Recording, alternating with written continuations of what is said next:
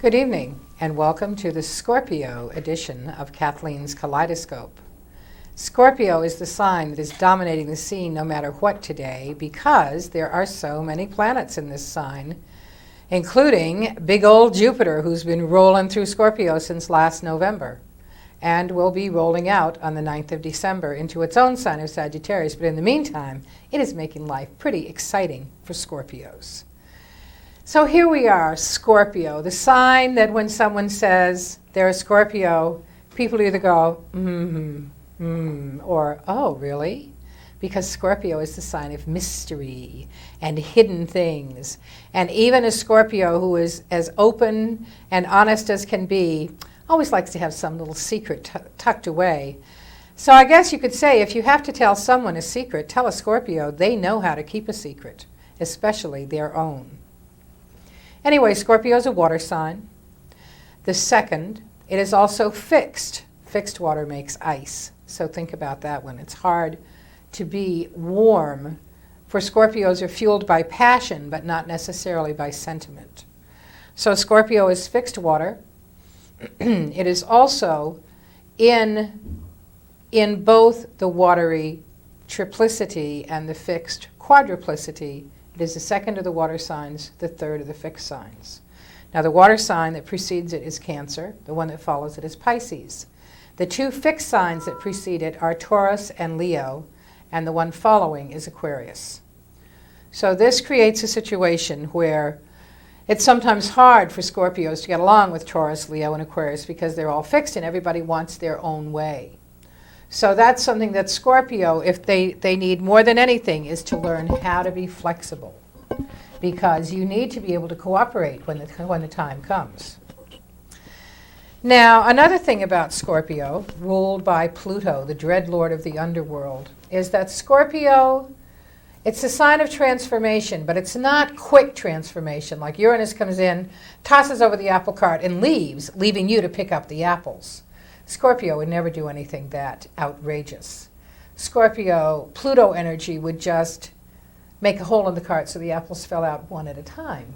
The result is still the same. The apple cart is empty, but it happened on your whole journey down the road, not just when you got to the corner and fell off the curb. So Pluto and Uranus both bring change, and interestingly enough, both of them change signs next year. So this year is really a year of learning and preparing and absorbing information, and particularly since this is the last full year that Pluto is going to be in Scorpio, its own sign. It's been there since 1983-84, and it has been slowly transforming whatever area of your life Pluto might happen to dominate. So this has been an important time, and I like to feel of it as Pluto is gathering strength in Scorpio. And when you think of the things that Scorpio rules, birth, death, sexuality, change, surrender, it's like, look at the things that have come to light. AIDS has been a big one, throwing the focus of the world on death and sex. And this has all been happening with Pluto in Scorpio. And it doesn't mean that I think when Pluto pops into Sagittarius that we're going to find a cure for it, but I do think we're going to find a better attitude.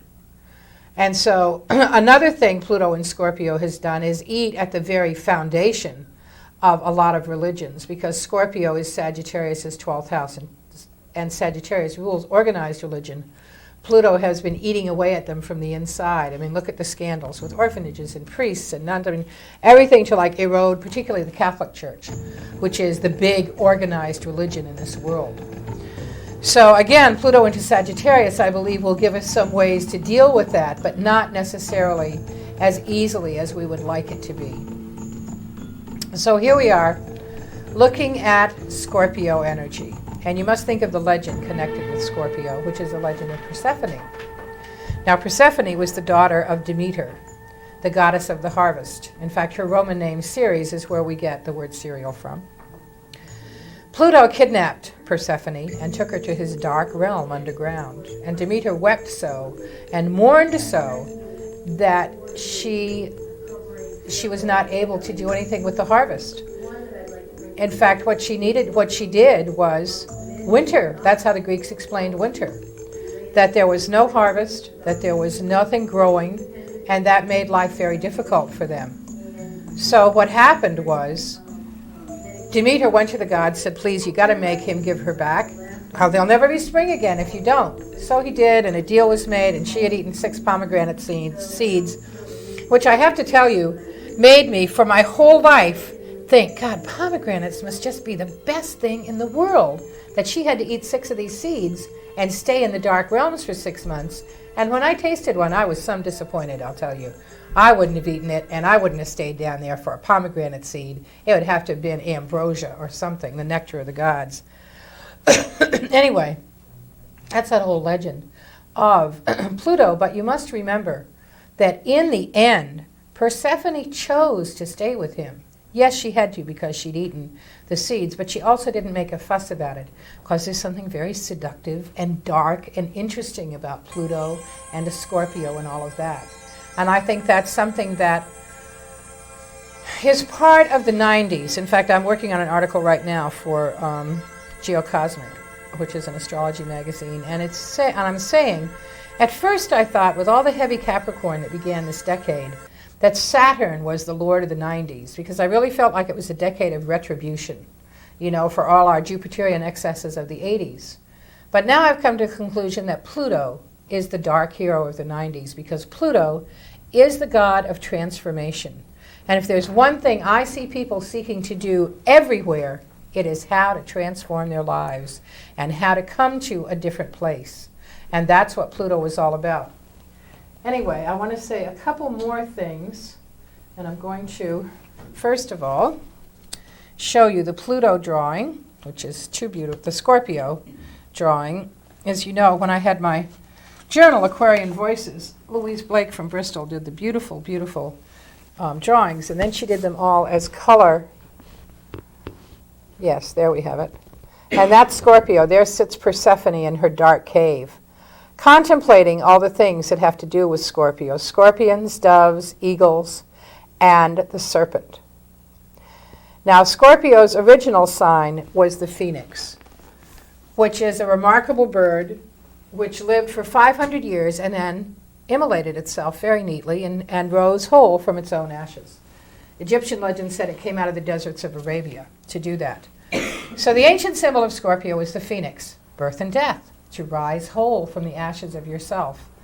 Now it's one of the 2 triple signs. Virgo's the other one.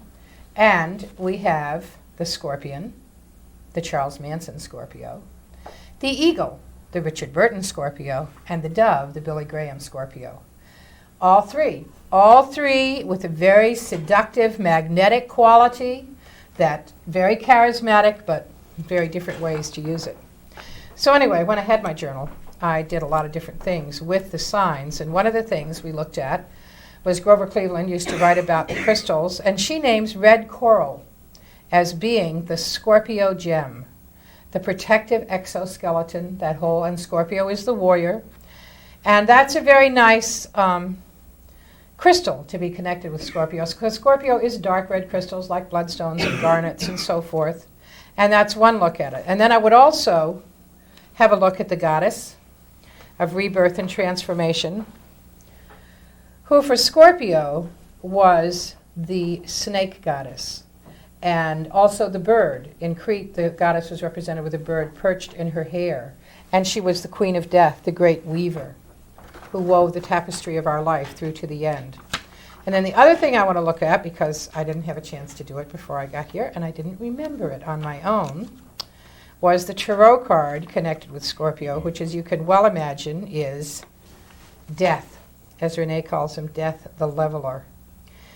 And quoting the poem from James Shirley, most Scorpios are not afraid of death, or people with Scorpio rising or Scorpio prominent in their charts. They're not afraid of death.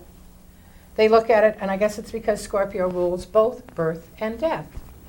Which leads me very neatly to our first guest of the evening, who is one of the ones, she has to do with birth.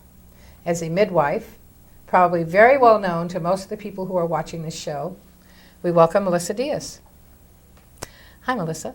Hi, how are you doing, Kathleen? Very well. It's nice to have you here. Thank you. Well, as I said, Scorpio has to do with both birth and death. And with the birth process, since that is something that you do, I wanted to have you here because I think that one of the things that has happened to us in the past 100 years, let's say, is we've really gotten out of touch with the natural processes of life and death. So I'd like to know, what attracted you to be a midwife? Was it through your own experience or? Well, it was a combination of a lot of things, Mhm. but yeah, it was partly through my own experience of having my first 2 sons in the hospital. Mhm. And what I really noticed about that, what stood out mostly for me, was that my sons were not treated as well as I would have liked them to be treated when they were first born. At the moment of birth, there's an imprint that happens to Mhm. children and to the parents. It's called bonding. Mhm. And children were not treated as human beings. They're not treated as feeling people that have their own intelligence. And what I found was that children Help were her with her roughly life, because that's how I see treated, astrology even as as they a were being wonderful brought out of their guideline. mothers' bodies. So and Sam actually knows that they she's were a Leo being with brought Libra out of their rising, just mother's like body our instead of president. their- Pulled out, or right. instead of their mothers That's right. pushing He them also out is and Leo with Libra receiving rising. their own children into their And own so arms. the two of you at some point will have a lot in common. Maybe you'll grow up I to be wanted president change what was and do the best job because I yet. felt that how children Tell me, Sam, um, does astrology scare you were at all? brought into the world Oh, had a lot to do no. with how they perceived No, the because you're world. used to And it. how Oh, they yes. Oh, yes. You Well, I was fortunate. Read about enough it. She hears me talking many on the years phone ago Oh, all the time. Mm-hmm. to do a chart for So I hope Dr. that Lavoyer, Mm-hmm. in my future shows who, you will of help course, me is a look up people Uh-huh. who are in Scorpio, different right? signs. With like 4 And be planets one in of my Cancer, assistants, which 'cause is I the need a other lot of them. sign, because Cancer is the sign So of I'm the gonna mother trust and in the you. womb, although not the actual birth Okay. process. That's ruled by Scorpio. That is But I it thought it for was so now. interesting to see that I will look Dr. forward to Lavoyer, seeing who's you the all man next who week gave us at the 7 concept o'clock of from gentle 7 to 8 birth, when we begin the birthing first of our babies hour into shows. water and into a darker And I room hope that instead lots of of with people bright will lights tune in, and as I slapping said. them in Information chaos. is there And that he would to be be a given Scorpio, I out. thought was You know, extremely you don't have to know apt. everything as So long as you you know saw some somebody of the who same knows where to things. find the I did. answers. Astrology The other gives thing you a was set of that, answers. So does women numerology and the tarot and rights all were those being different stripped things from them, and so because was they the all I show agree. you a piece of yourself. So what So needed to that's what happen I'm here was to that do women too. needed to Help learn us all to about see ourselves more clearly. what messages they were sending to their Till we meet bodies, again. what Mhm. messages outside of I themselves look forward to they were seeing sending to you, their and bodies, I hope and you how they enjoy could change them Kathleen's in a really Kaleidoscope. positive way. And a lot of that had to do with my just talking to them Mhm. about going inside and creating a path to allow their children to come through Mm. and to learn to release discomfort, which is really important. That's kind of a big one. Yes, I do Yeah. remember discomfort. That's a Yes. nice word for it. Well, it can be, yeah, it can be excruciating or it can be discomfort. Yes. It has a lot to do with what messages you're sent. Most of us in this culture are raised with birth is an excruciating event, and Right. many women want to just be knocked out and not hear, just let me know when the baby's born, kind of thing. And they've been robbed of something very, very special. I agree. And one of it is their ability to see their own power as a very open and vulnerable and powerful person. Those words all go together. Very soft and gentle and strong. Although I must admit, my perception of the moment when my daughter came out of my body was that I was going to die at that moment. You know, it Mhm. was such a, like, oh, this is it, I'm leaving. And instead it was the birth, and thinking, and of course thinking of all my astrological stuff and trying to put it all together and think at the same time in the middle and put it, think of what it meant, but having that sensation that, it feels like you're going to die, but we wouldn't all be here if everybody died every time a child was born. And I do realize that until we had some of the more hygienic conditions or whatever, that many mothers died in childbirth. I mean, death in childbirth was perhaps more common than it was now because there was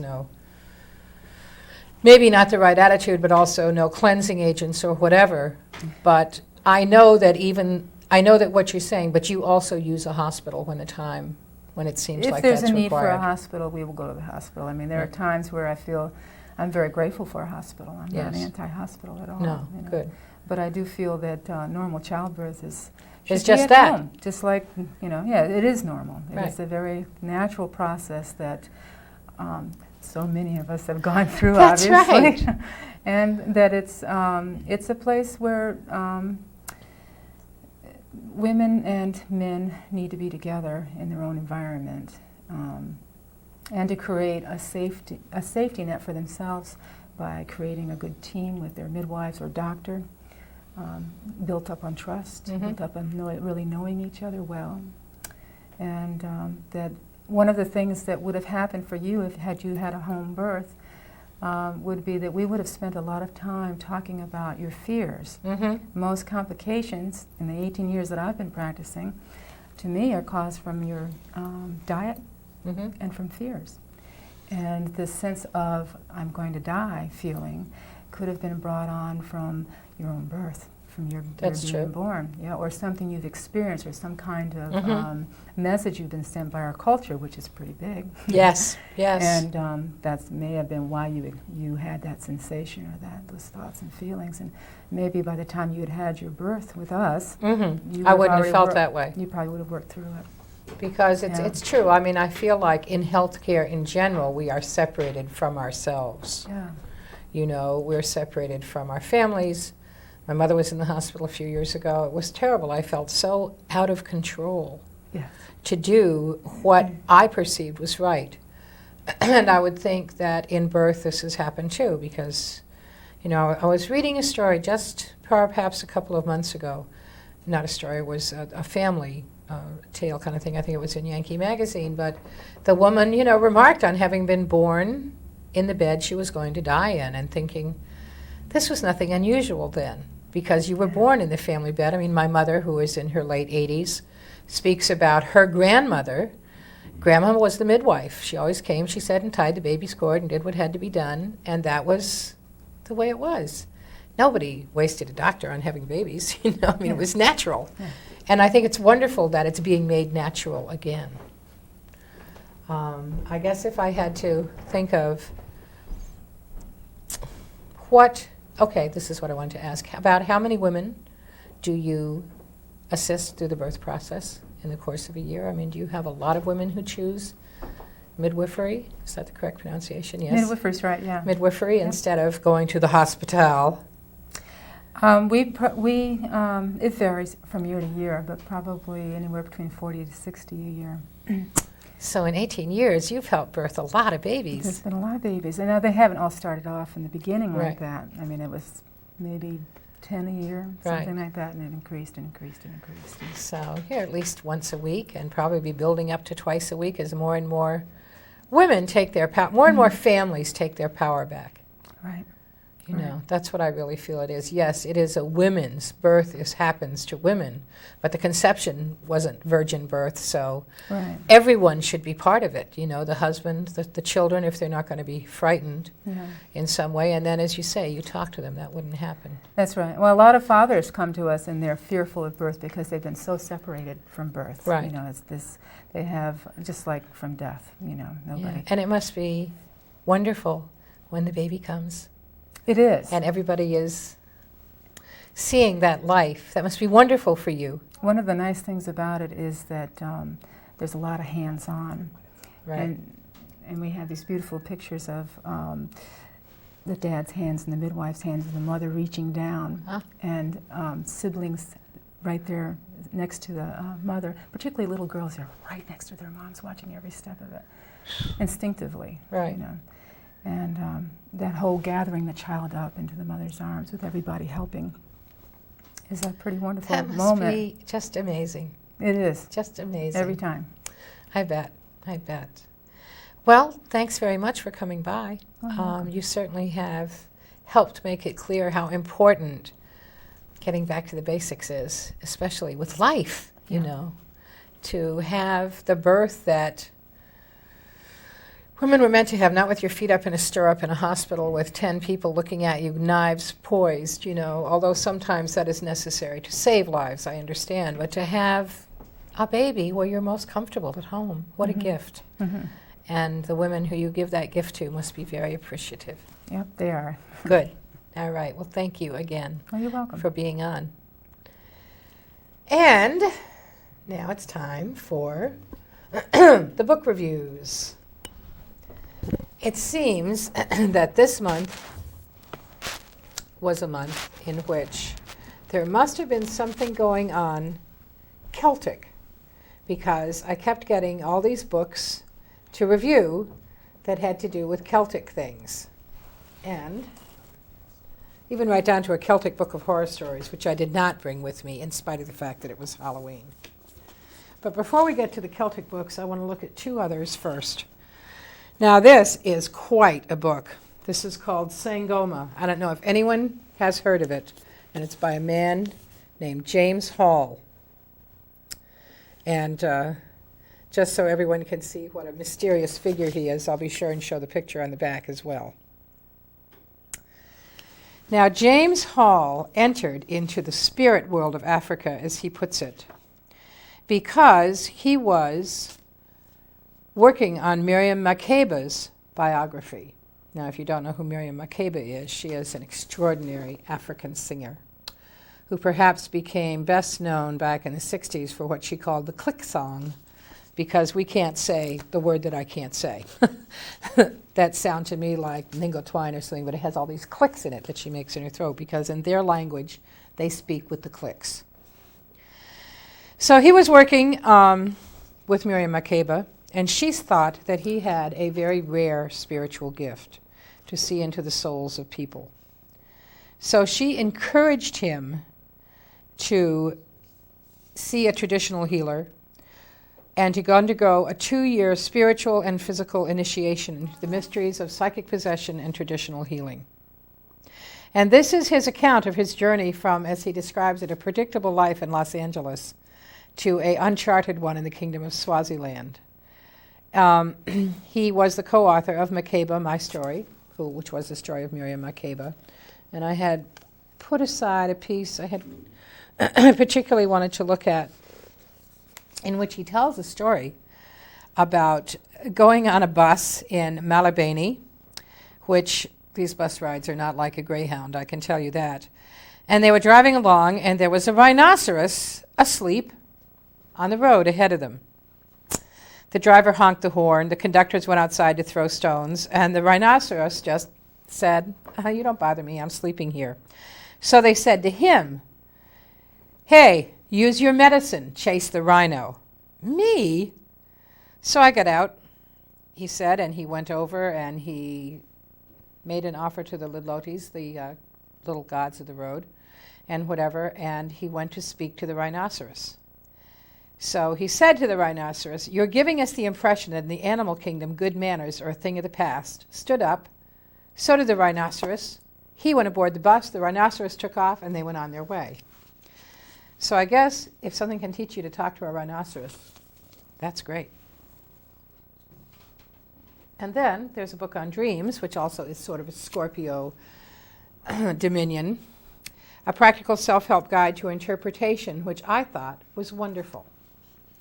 Now, some of the chapters would mean something to everyone. I mean, there's stuff like Dreams Through Time, Where Am I, Recurring Dreams, The Shadow. And what I liked is at the end of every chapter, he summarizes what's going on. She does, Linda Shepard. It's written by. Oh, I didn't even show the book. What am I doing here? Wake Up to Your Dreams with Linda Shepard. The dreams throughout time, and how the Egyptians, the Hebrews, everyone, the Romans, everyone gave a great deal of power to dreams. And then there was a good section on recurring dreams.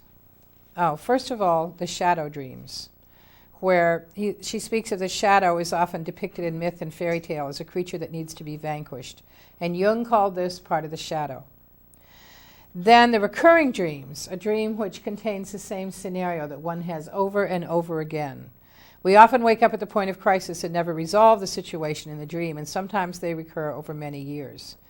And she says these dreams are unique to us and must be looked at as thoroughly as possible. And then the body language dreams, wherein some of our illness comes through the dreams, and the birth and death dreams were both extremely meaningful. And I will just say what we already know, which is that in order to make room for new awareness, we must be willing to let go of old and outworn attitudes.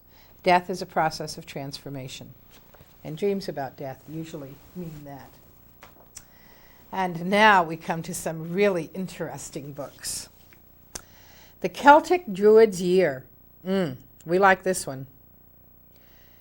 It gives us, first of all, right on the back cover, the major ritual celebrations, of which there are 8. Beginning with Imbolc in early February. It's a festival of motherhood and childbirth. Then we have the spring equinox in late March. Beltane in early May, which is one that a lot of people have heard of. It's the Feast of the New King, the festival of purification. And sometimes when they would refer to sacrifice for the crops, that would take place at Beltane. Then in midsummer, the beginning and end of the year in mid-June. Then Luganza in July to mid-August, which is the commemoration of the oak god, and the solemnization of the new king and marriage, and then the autumn equinox, and then coming soon, Samhain in early November, the festival of the swans, of mating and the royal marriage, and then the midwinter, with the Yule log and the candles, and of course the winter solstice. This is a really terrific book. This book goes through everything that you can imagine, from the Druidic functions to early Celtic society, but of terrific interest to me was, of course, if I can find it, they did a little piece on agriculture and astronomy, talking about using the stars and how they harvested by the stars, the 8 stations of the year, which I've just read to you, the 13 months of the year, which were also very interesting, because they gave them all names, like the time that we're in now, 30th of September to 27th of October, was Ivy. And then coming Samhain, which also had to do with the reed. And the time until the 22nd of December was the time of Elder.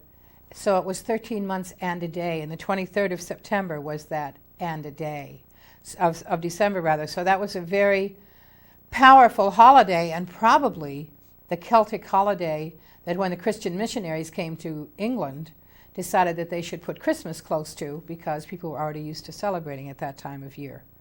Since, as we know, Jesus Christ was not necessarily born on December 25th, but it was very handy to the solstice and the and-a-day celebrations. Then we go to the month of Birch. In January, Rowan in February, Ash in March, Alder in April, Willow in May, and Blackthorn. Whitethorn in middle May to June, Oak, middle June to middle July, Holly, early July to early August, Hazel from early August to early September, and Apple, and then Vine in September, and back to Ivy. So I thought this was certainly a very interesting way to look at it through all the different trees, because of course the Druids were closely linked to the trees. And the book is just very interesting. It speaks a lot about how the different trees got the different names and why they were given that, and how the modern reckoning and the Celtic reckoning differed, and those were all very interesting. So this is a terrific book, this Celtic Druid's Year. I recommend it highly. It's written by a man named John King and published by, I'm sure I'll be able to tell you almost any minute. It's a Blandford book, first published in the United Kingdom and now distributed by Sterling Publishing. If you have any interest in the Celts, if you have any interest in the Druids, if you have any interest in the ancient rituals and ceremonies, this is the thing. And now, Celtic Myths and Celtic Legends by R.J. Stewart. What a beautiful book. Every Irish tale, believe me, I have the Irish fairy book too, and this is better. This is all the Celtic legends. It draws from the Welsh, from the Irish, from the Scots. And as we know, the Celts are a people with a vivid imagination and a very vivid mythology. I mean, whether you've heard about Rhiannon or Bran the Blessed rather, or any of these books, the Celtic traditions are just wonderful. And he says 2 major themes are found in Celtic mythology. One is the ever-present great goddess, whether represented by the blood-drenched Morrigo, who is also a Morrigan, the horse goddess, the shining Brigid, the foster mother of the infant Jesus, or the mysterious queen of Elfland. The second theme is that of the hero, who can be either the noble warrior or the buffoon. The paintings are beautiful, just outrageous. And there is a section here on Merlin, old and young, which I liked a lot. And I thought just had a lot to do with, I think our thoughts of Merlin as the guide of Arthur or whatever are very kind of glamorized. And he really speaks of Arthur being under a very great geas, or a will. He had to do what he had to do. He had to be Arthur's mentor and to do all those things. And this description of Merlin is a bit different than the kindly white-haired man that one might see in other books. So for all of those, you don't even have to be named Kathleen or have red hair or be Irish or any of those things to like this book. It's kind of wonderful. And this is more visual, and I don't know how we're going to do this. We're going to have to really swing with it. But this is a book called Celtic Mandalas. Now, I don't know what you know about mandalas. They're in most every culture. They are magical, symbolic images that represent an idea of the universe, and in so doing, present a physical and visual tool for meditating. They are created within the circle, which is equated with the wheel of life, the zodiac. And Celtic mandalas usually have a dual-dimensional format relating to the Celtic belief that it's possible to travel from the earthly realm to the other world. This is a book illustrated by a man named Courtney Davis, who has reconstructed the classical art of the Celts in his own beautiful and vibrant mandalas. He has many other books. He's written 18 other Celtic art source books, so forth and so on. And the text was written by a lady named Helena Patterson, who is a professional astrologer of Celtic ancestry. And one of the things that I found the most interesting in here was the fact that they drew up a Celtic horoscope. And I'm going to get the one for Scorpio and show it to you. Well, I opened right to it. Both of these pages represent the mandalas for Scorpio. And they're quite beautiful. And this one, I believe, their name for Pluto was Pwyll, the king of the underworld, P-W-Y-L-L. Is that too shiny? Okay. The Lord of the Celtic underworld sits on a huge crystal throne. And as you can see, his face is completely there. His face is completely shrouded. All you can see is the shadow sitting upon the throne. There might be even no one in there, for all we know. He sits on a huge crystal throne. His face is hidden, for he is the dark initiator, who guarded the 4 treasures of the Celts, their symbols of power: a sword and a spear to defend their divine right, and the chalice and the stone to symbolize their belief in reincarnation and the immortality of the soul. And confronting this dark god was part of the process. You had to look him dead in the eye if you could find his face, right? So it's just an interesting book. I mean, we'll be going to Sagittarius next, so I'll just show you quickly the beautiful Sagittarian one and try once again to get rid of the glare. There, the beautiful Sagittarian one. It's a gorgeous book. I mean, I don't know how you feel, again, about the Celts or the mandalas, but this is, it's just extraordinary. Featherstone's Doom, the Dark Jewel, the Golden Wheel, which is, of course, their belief in the path of primal energy, Anwen.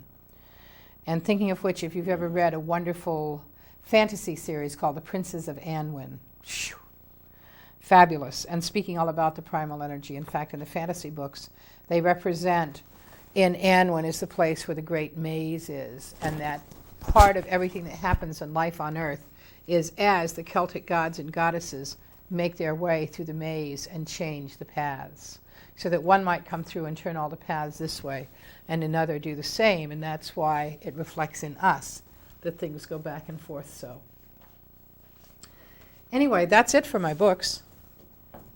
So now it's time to have another guest. And my second guest of the show is a lady named Cheryl Richards, who is going to come over here. We're going to try and get a microphone on her. And good person, you wore something that it's easy to clip on. Every now and then I forget, and I wear something that has a perfectly smooth front, so I sit here trying to figure out how I'm going to clip it on without looking very peculiar, but there you are. Well, Cheryl, welcome. Thank you. Welcome to the show. Well, You're this new is to great. Vermont, all this stuff. All of it. Here you are. Big time. And Cheryl's a Sagittarius, so she has a major year coming. She moved to Vermont just in time. As I said when I was talking to Melissa, Scorpio rules both birth and death. And I was really fascinated to think about, this particular thing that I had read, where the woman spoke about she was sure she was going to die in the same bed that she'd been born in. And realizing even as we're separated from our families and from ourselves in birth, so does this occur with death. So first of all, if you could tell us just exactly what it is you do. Who am I? If you can. Who are you? Certainly. Strange woman. I'm a strange woman. Thank you. Okay, bye. And now on to the next.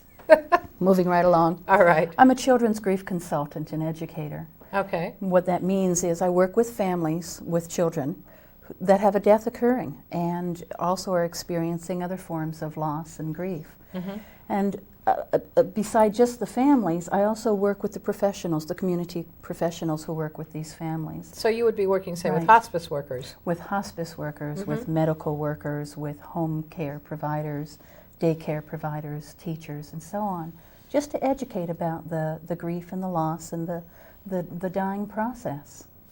Yeah. Well, it would seem, not would seem, it's a reality that we become as separated from the death process as we have from the birth process.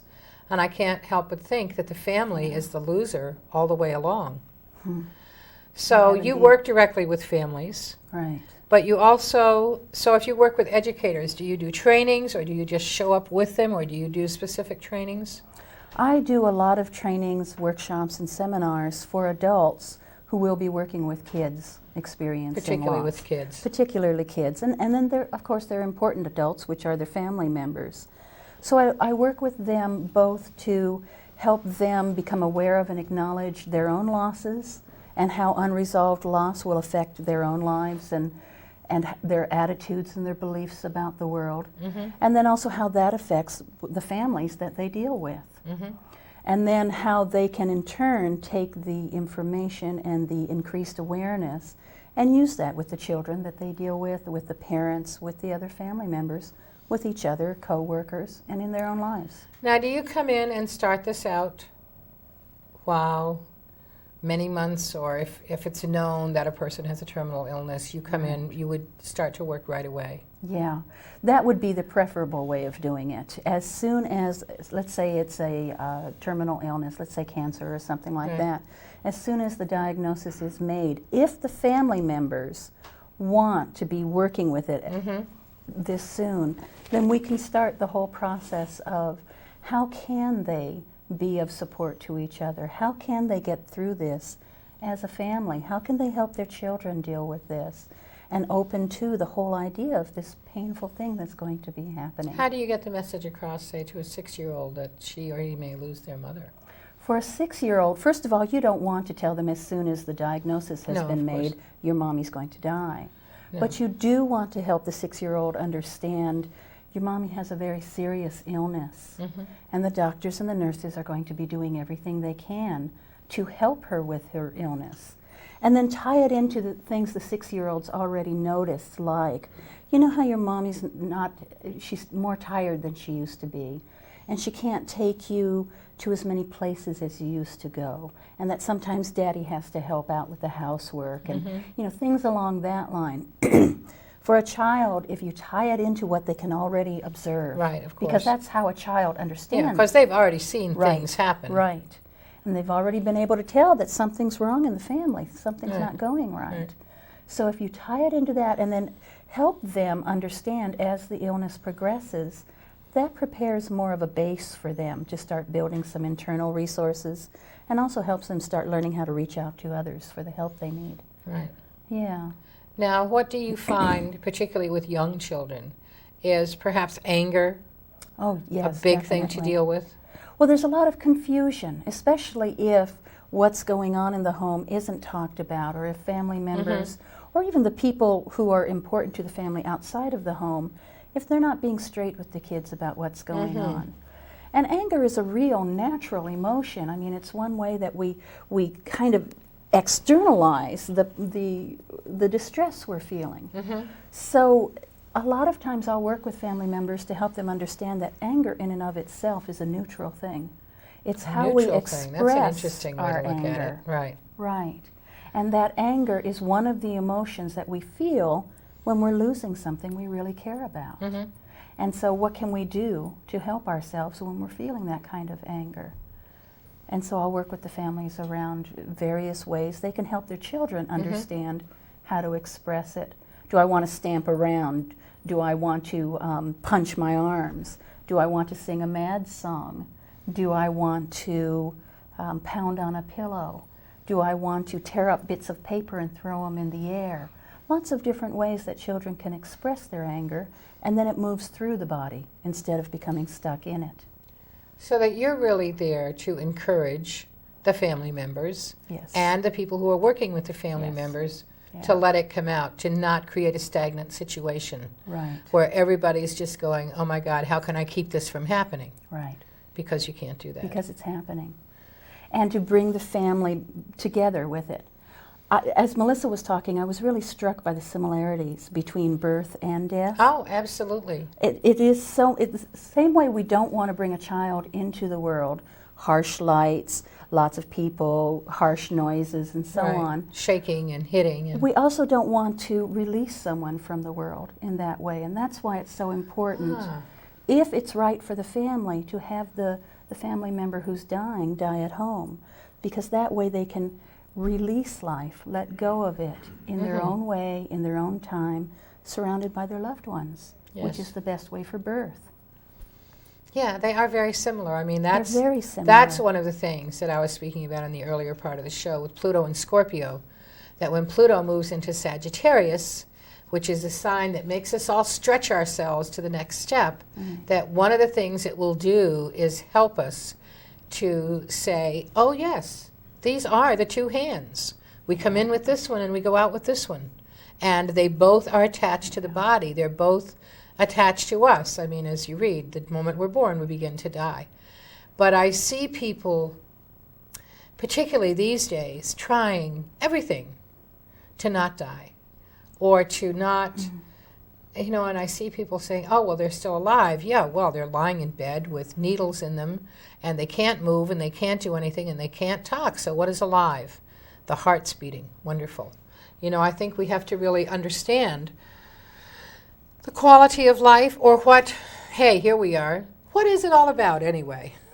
You know, we're born, we die, what's in between? But to be able, as you say, to let go, to release, I mean, up until the advent of rest homes and homes for the elderly, everybody was always at home. I mean, the reason that my parents bought our big farmhouse was because my dad's parents and his two maiden aunts needed a place to come to, and they all passed away in that house. I can remember being freaked out as a kid, realizing that just in my family someone had died in every bedroom in that house, and then thinking, oh my God, and the house is 200 years old, and, you know, sitting entertaining myself one day thinking, well, if in every family, oh God, 15 people must have died in my room. Morbid thoughts, you know. Well, but that is part of how a child starts to understand and get what does this mean, this life-death thing. Starts to make the connection between the continuum, which is life and death. It's a continuum of the living process. Well, and if we can guide them with it, you know, if we're helping them with it, if we're supporting them as they go through their various pieces of gory interest in death or fear of death or denial of it, if we're there to help them, then that helps them all the more start to fit in their own pieces. I bet. Because we think of, and I think I said this to you on the phone, maybe the bright door and the dark door, and we always assume that the bright door is birth and the dark door is death, and it may not be that at all. It's individual. We may have it backwards, you know. It's individual, absolutely. But for if, every person. Well, I agree with you. I agree with you. I think that, I hope that one of the things that truly does come with the advent of Pluto in Sagittarius is that we will begin to admit that we die. You know, like they say, all the interest in it now with movies like Defending Your Life or whatever is because the baby boomers have gone, oh, our peers are dying. What does this mean? We may die too. That there is, I think, a tremendous desire to know. I mean, Embraced by the Light was on the bestseller list for months, and a physician's book called How We Die, looking at it from the other point of view, was right behind it for many of those months. So, I mean, we really want to know how to accept this thing that happens to us all. Right. And me included, you know. Right. Sometimes Don't we I think all? I'm really okay about it, and I think about my daughter and the people I love, and I don't want to go leave them yet, you know. So we need more education on it. So I say, my dear, keep the good work going. And Well, I say okay. all right. All right. Let's have it. Well, Cheryl, thank you for being on the show. I hope your move from California proves to be the best thing you've ever done. Feels like That it so Vermont far. is your home and that you get to do the work that you came to do. Thanks, Kathleen. All right, my All dear. right. It was nice to see you. Okay. Now we are to the astrological stuff and the calendar and so forth and all of those things. First of all, I want to mention that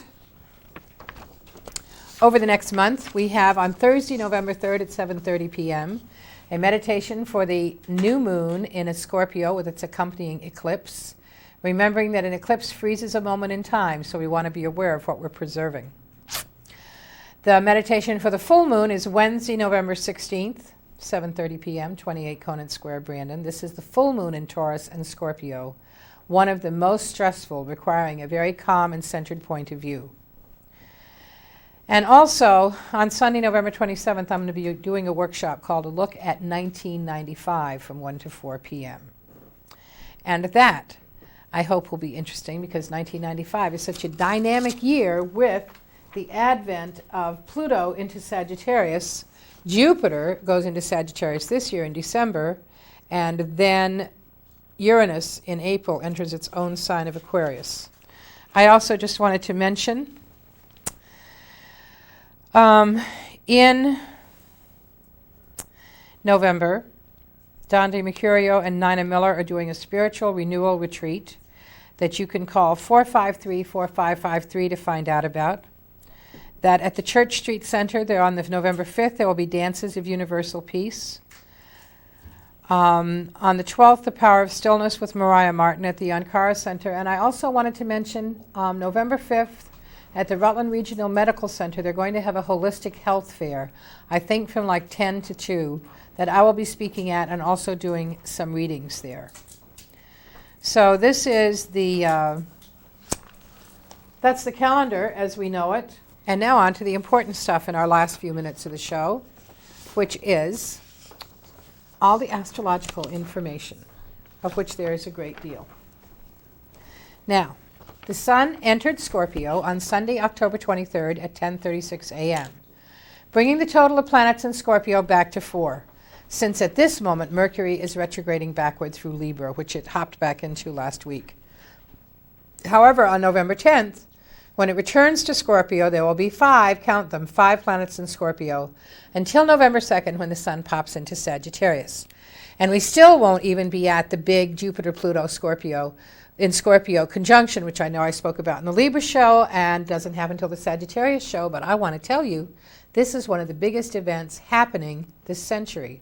The last time they met in Scorpio was on Halloween of the year 1745, and this is, as they say, serious business. You don't want to mess around because this is revealing the secrets. It may be a marriage made in heaven, and then again, it may not be. Keep that in mind.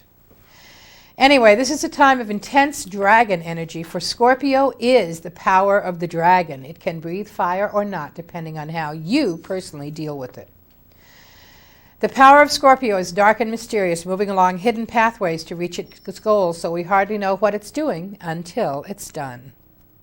Now, Mercury and Venus are both retrograde right now, and that has certainly wreaked pure havoc for the last few weeks. I mean, if you've been one of those ones whose computer didn't work, telephone answering machine broke for no reason, never could get hold of the person you were wanting to talk to, and in addition, they stopped delivering your paper, that's Mercury retrograde, and Venus as well, making you feel bad about it. Anyway, Mercury goes direct on the evening of Saturday, October 29th. We can't wait because maybe life will go back a little bit to normal. But Venus stays in its backward mode till November 23rd, still in Scorpio, where it's been since September 7th. So if you Librans and you people born in Taurus as well wonder what has happened to your life lately, it's Venus in Scorpio. If you're a Libra, of course, it's giving you energy. If you're a Taurus, it's making you wonder what you've done wrong. Because Scorpio is your opposite sign. You just have to remember that everything you do has to bounce all the way to the other end of the wall and bounce back again, and then you'll get it back. But nothing happens overnight. Mars is still in Leo. Jupiter's still in Scorpio, getting closer to Pluto every day. And Uranus and Neptune are direct in Capricorn. The next big piece of news is Saturn, the ruler of Capricorn, which has been retrograde in Pisces since June, goes direct on November 9th. That is another planet that is infinitely more friendly when it's moving forward. And now for the good news, and I mean good, capital G-O-O-D. Jupiter sextiles Neptune on Friday, October 28th, linking creative energies and helping us all to deal with past matters that may be edging back into our lives. Get away, go back where you belong. On November 7th, it sextiles Uranus, which could turn out to be even more fun. The literal translation of these two getting together is, if you sense a change coming, you might as well take one giant step into it and beat it to the punch. That way there are no surprises. This is a time for recognition of all the possibilities that your life can have and be ready for them. Remembering, as I said before, Pluto is that change that drops one apple out of the cart at a time through the hole in it. And Uranus is the one that just comes and kicks it and says, how do you like me now? So Jupiter and Uranus working together, it could be terrific if you will just put on your best face and jump. You can't look before you leap, though. You have to just leap and be confident that, this wonderful thing I read a long time ago that a friend of mine found in a church that said, defined faith as when you come to the end of all the light that you've known and you have to step off into the darkness, faith is knowing that one of two things will happen. Either a step will be put beneath your feet, or you will be taught how to fly. And let me tell you, my friends, it is flight time coming these next few weeks. In the midst of it all, we have a new moon in Scorpio on November 3rd at 11 degrees, and the Sabian symbol for this, which I know you'll all like a lot, is that of a drowning man being rescued, which is how we may feel after all this watery power. However, the key word here is safety, so let's keep that in mind. No matter how you feel about what's going on in your life, there is a safety net, and you can count on it. The full moon is at 26 degrees of Taurus and Scorpio. That's on the 18th, represented by the concept of constancy and resourcefulness, stressing the fact that any reality is composed of a series of choices on the part of the individual. That's what makes our reality. Other important planetary happenings are the annual conjunction of the Sun and Jupiter on November 17th, so all of you who are celebrating a birthday that day have some year to look forward to. Hip, hip, hooray. The Sun then conjuncts Pluto on the 20th, giving those birthdayers quite a ride as well. So other than the fact that we're all having our personal worlds shaken up in some way, just remember, the fun is just beginning. If you think November is hot, wait till December comes. Then you'll have something to talk about.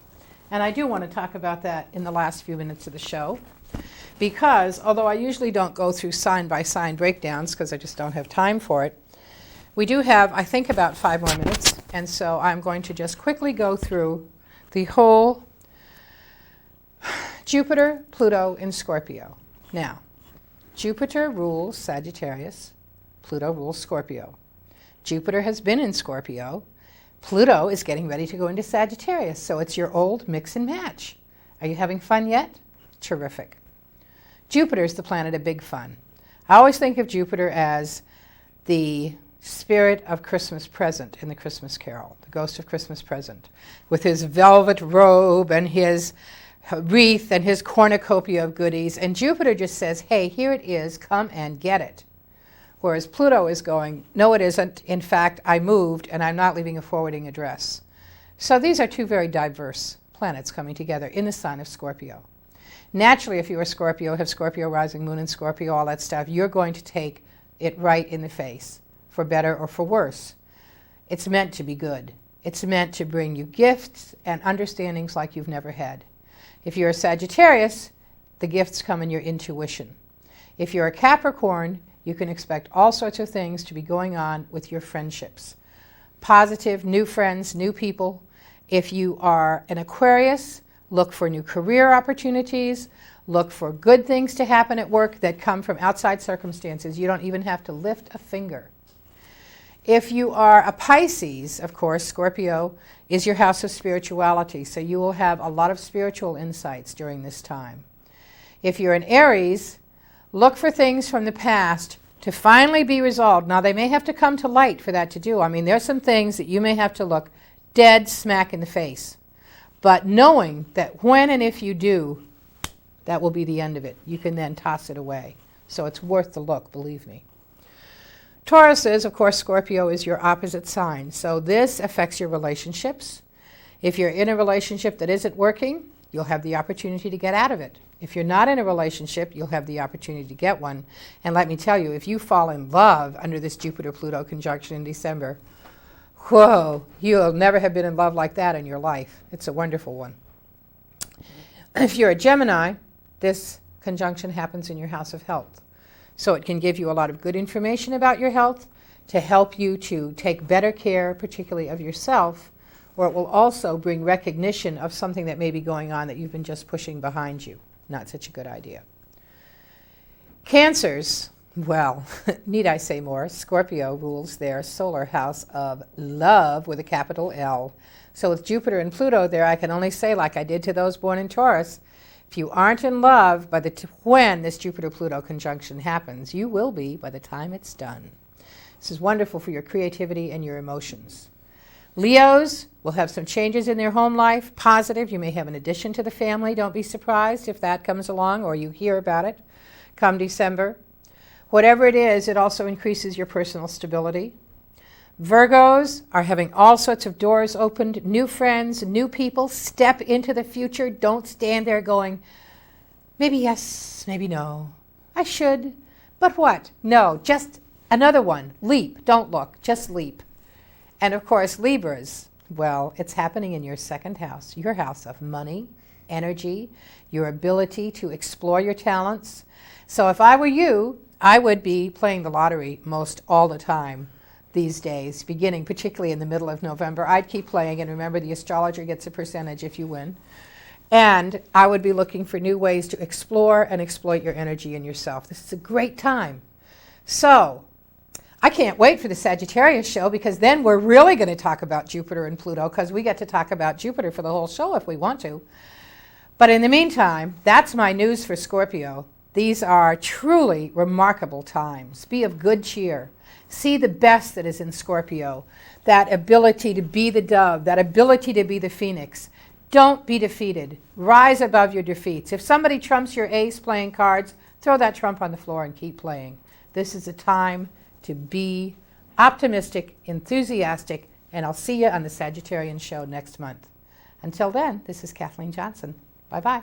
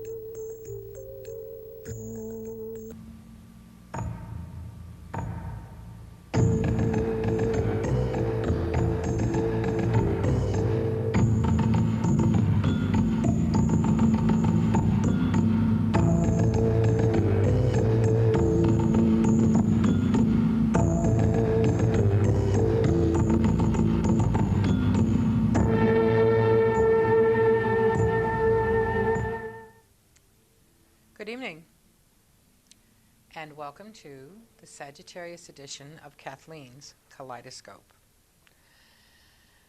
And this is indeed, whoa, what a Sagittarius energy we have coming, I tell you. We're all going to have to be on our toes to keep up with it. As if Sagittarius wasn't enough anyway.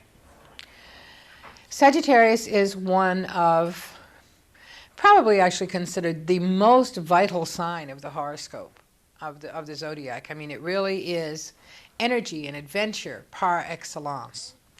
It's ruled by Jupiter, the king of the gods, the biggest planet out there, Father Christmas, the one with all the goodies. It is a fire sign, the third of three. The first being Aries, which fire flickers because it's a fire that's just been lit. Leo is the fire that is strong and powerful. It's well banked, so we don't have to worry about whether it's going to keep going or not. Sagittarius, however, is a fire that almost will go out. So we have to be careful that that doesn't happen. So Sagittarius also struggles for existence in the same way Aries does, but from a different point of view. Aries is learning how to be fire, and Sagittarius is trying not to dissolve. So in the same way as Aries does, so does Sagittarius kind of reach out to things, but in a different manner. Aries is impulsive, Sagittarius more purposeful. So we know that it is a fire sign. It's ruled by Jupiter. It's also in the quality known as mutable, which it shares with Gemini, Virgo, and Pisces. Sagittarius is the third, so it's mutable fire. In being ruled by Jupiter, it takes on quite a responsibility, for in the universal zodiac, Sagittarius rules the ninth house, the house of truth, if you will, the house of justice, the house of law. Actually, what I see the ninth house as being the house where everything stretches. It rules travel, which is stretching beyond where you are on the physical plane. It rules education, which is stretching beyond where you are on the mental plane. And it rules faith, which uplifts you on the spiritual plane.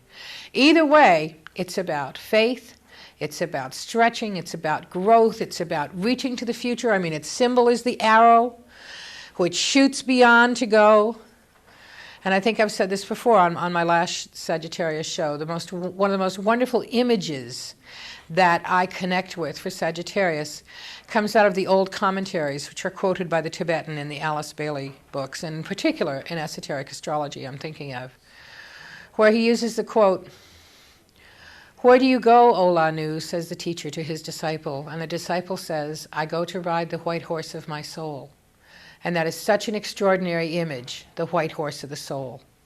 Because, for one thing, Sagittarius is the centaur, and so rules the horse, but Sagittarius is also the arrow shot from the bow. I mean, if there's one thing a Sagittarian needs, it's a goal. Without them, you will flounder in the sea of life and wonder which way you're going. But if you have a goal, excuse me, like the famous carrot in front of the mule, you'll keep moving. Now I want to show you the Sagittarius drawing. These were, as you know, the color, the drawings that were the cover of my journal, Aquarian Voices, and then Louise Blake, the artist who did them in color. Okay, there it is. There's the Sagittarian one. It's very beautiful. It represents a woman, an Indian woman, riding away, and on her shield is the picture of an Indian woman riding away, and so forth and so on. Because the occult keyword for Sagittarius is, I see my goal, I reach it, and I see another. And then it is hung with the beautiful feathers, which are also connected with Sagittarian energy. In fact, we had the covers of the magazine made up into t-shirts, and this one was so popular that we did a whole bunch without the Sagittarian name on it, because people just loved it. I think they were very attracted to the feathers and to the whole image. So Sagittarius is a sign of learning, of truth. It rules organized religion, among other things. I'll put that over there. Put that on top of it so I don't get mixed up. There. Now, more about Sagittarius. As you know, we talk about it every time. Yes, you are a particular birth sign. You may be a Sagittarius, you may have Sagittarius rising, you have the moon in Sagittarius, you may have significant planets in Sagittarius. Whatever it is, somewhere, even though you may not be born into this sign, Sagittarius appears in your chart. Because no matter what sign we are, the other 11 are all in there. They may be intercepted, they may have double rulerships, but they're all there. So somewhere in your life, Sagittarius is playing a part, and you can count on it. It is that part of you. Oh, it rules your spirit of adventure. I mean, if you've got Sagittarius rising, then it rules your personality. If you have Scorpio rising, it rules your second house. It rules money, and it can make you a little extravagant. If you have Libra rising, it rules your third house of how you communicate with people. If you have Virgo rising, it rules your home. And so many people with Virgo rising are very generous about their home. Oh, sure, come and stay at my house, no problem. Oh, sure, that's fine. You know, they have that Sagittarius. If 1 is good, 10 is better. If we're going to have a party, let's have a really big party and invite everybody.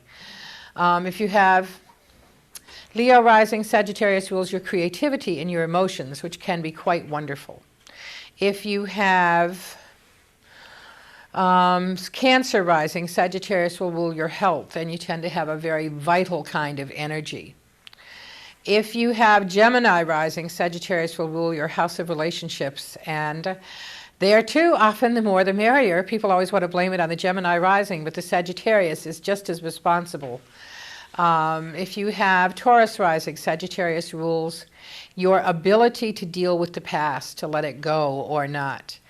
If you have Aries rising, Sagittarius, which is the natural universal zodiac, Sagittarius rules your house of travel and education and all the stuff that it does in the universal zodiac. If you have Pisces rising, Sagittarius rules your career.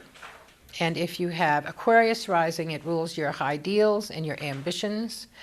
And you're a person, the combination of Aquarius and then Sagittarius on your house of friends really makes you outgoing and seek people from all different walks of life. And if you have Capricorn rising, Sagittarius rules your 12th house. So it would rule your karma. Now, other things that are connected with Sagittarius, the horse, travel, adventure. Many Sagittarians seek always to break new ground. Very few Sagittarians are ever willing to rest on their laurels. You're always looking at what you can do next, what you can discover next, what you can find out. And so Sagittarians are in almost the same way that Aries are such wonderful pioneers.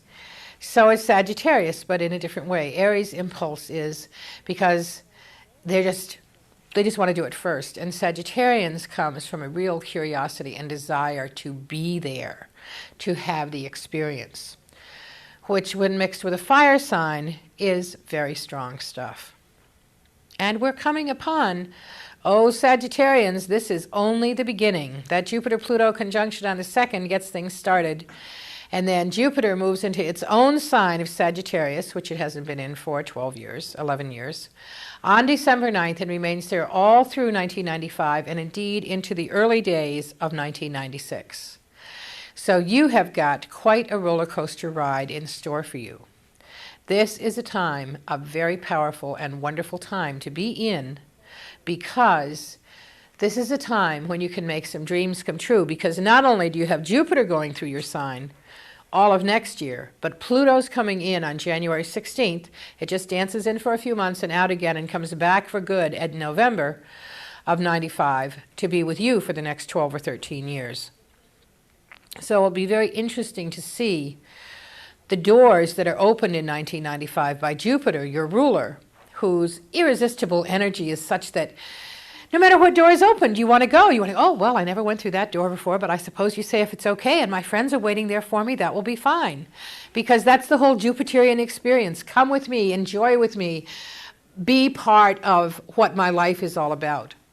So Jupiter leads you into new adventures. Through the door, off you go.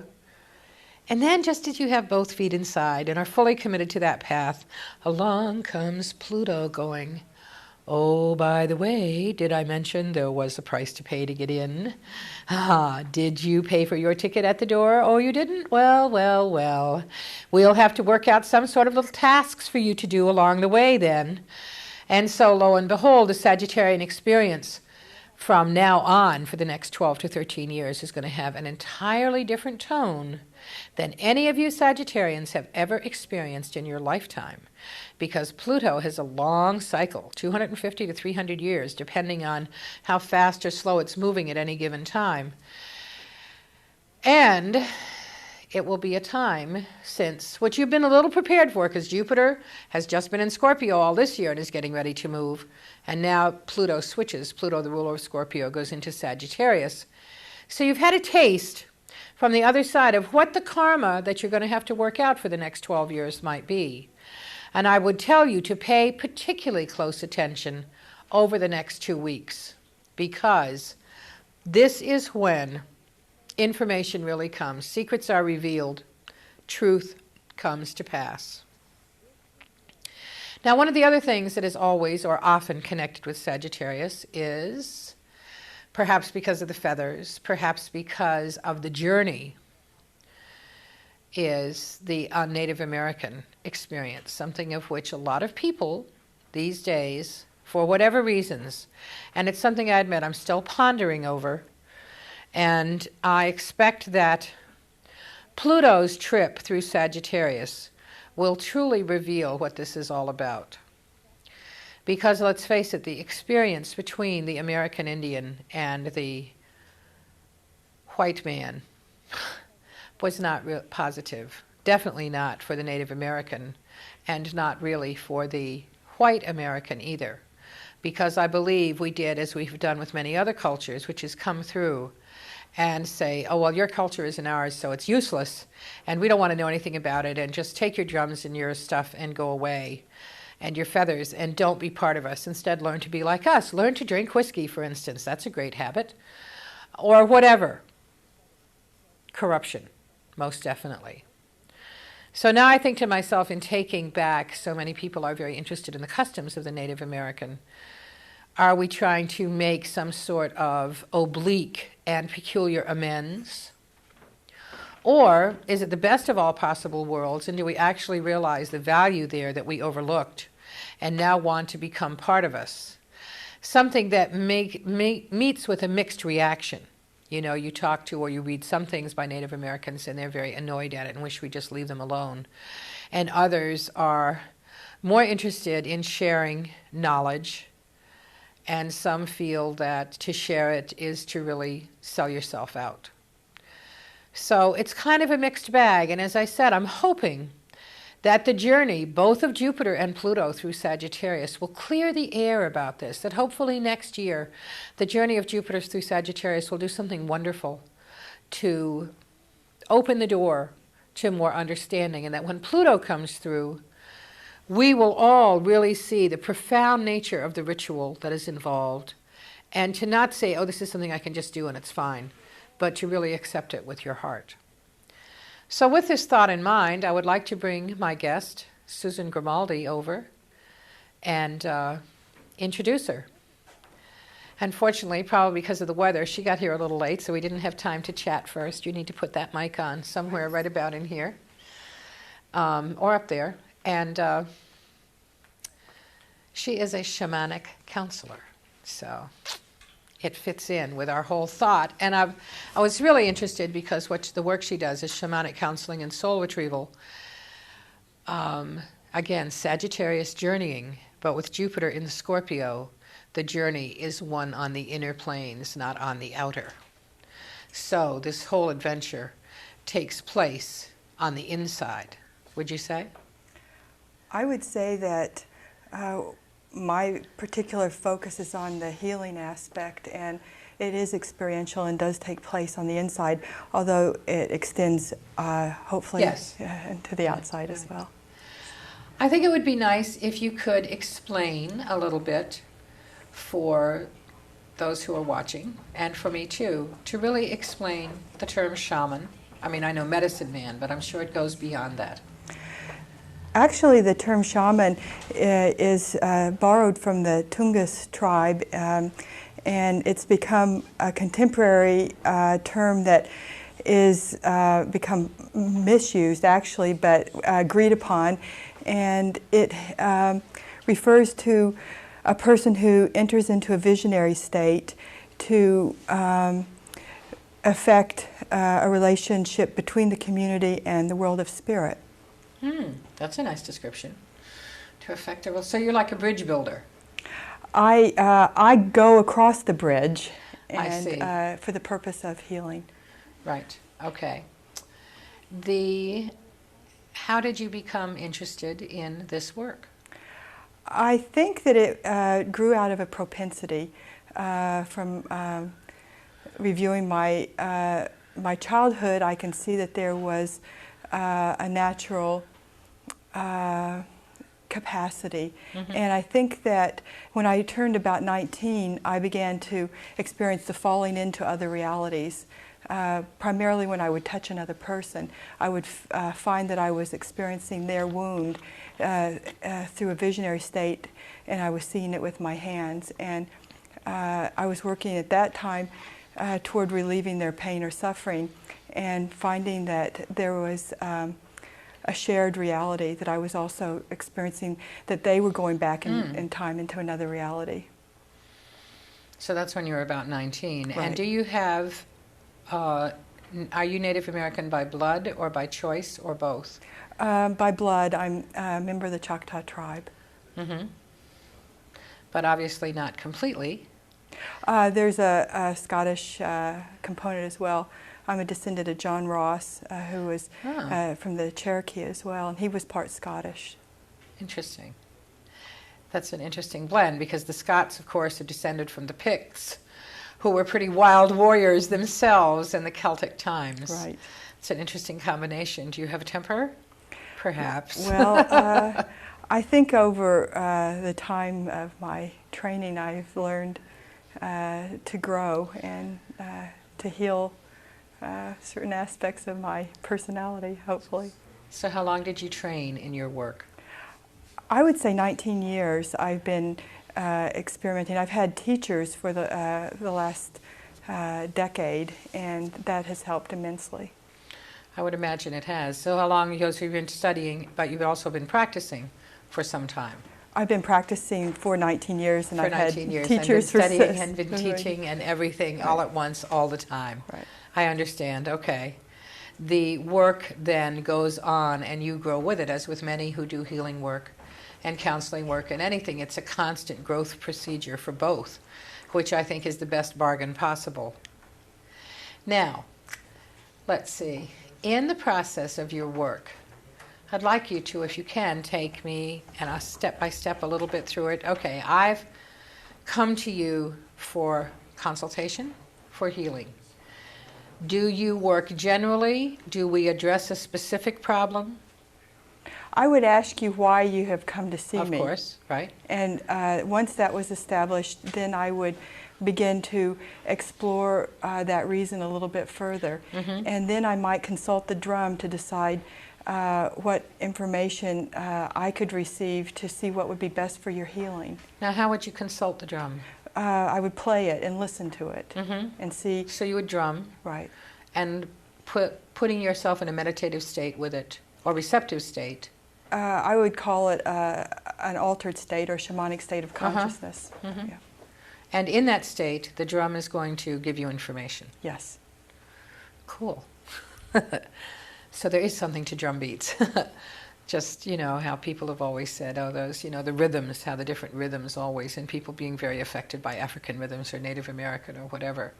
So it does help to induce a shamanic state. Now, once you have consulted the drum, next step. Then I would explain to you what it was that I just saw in my vision, and talk to you about what, how we might proceed and see if that was agreeable to you. Okay, now suppose I said, that doesn't have anything to do with what I'm here for.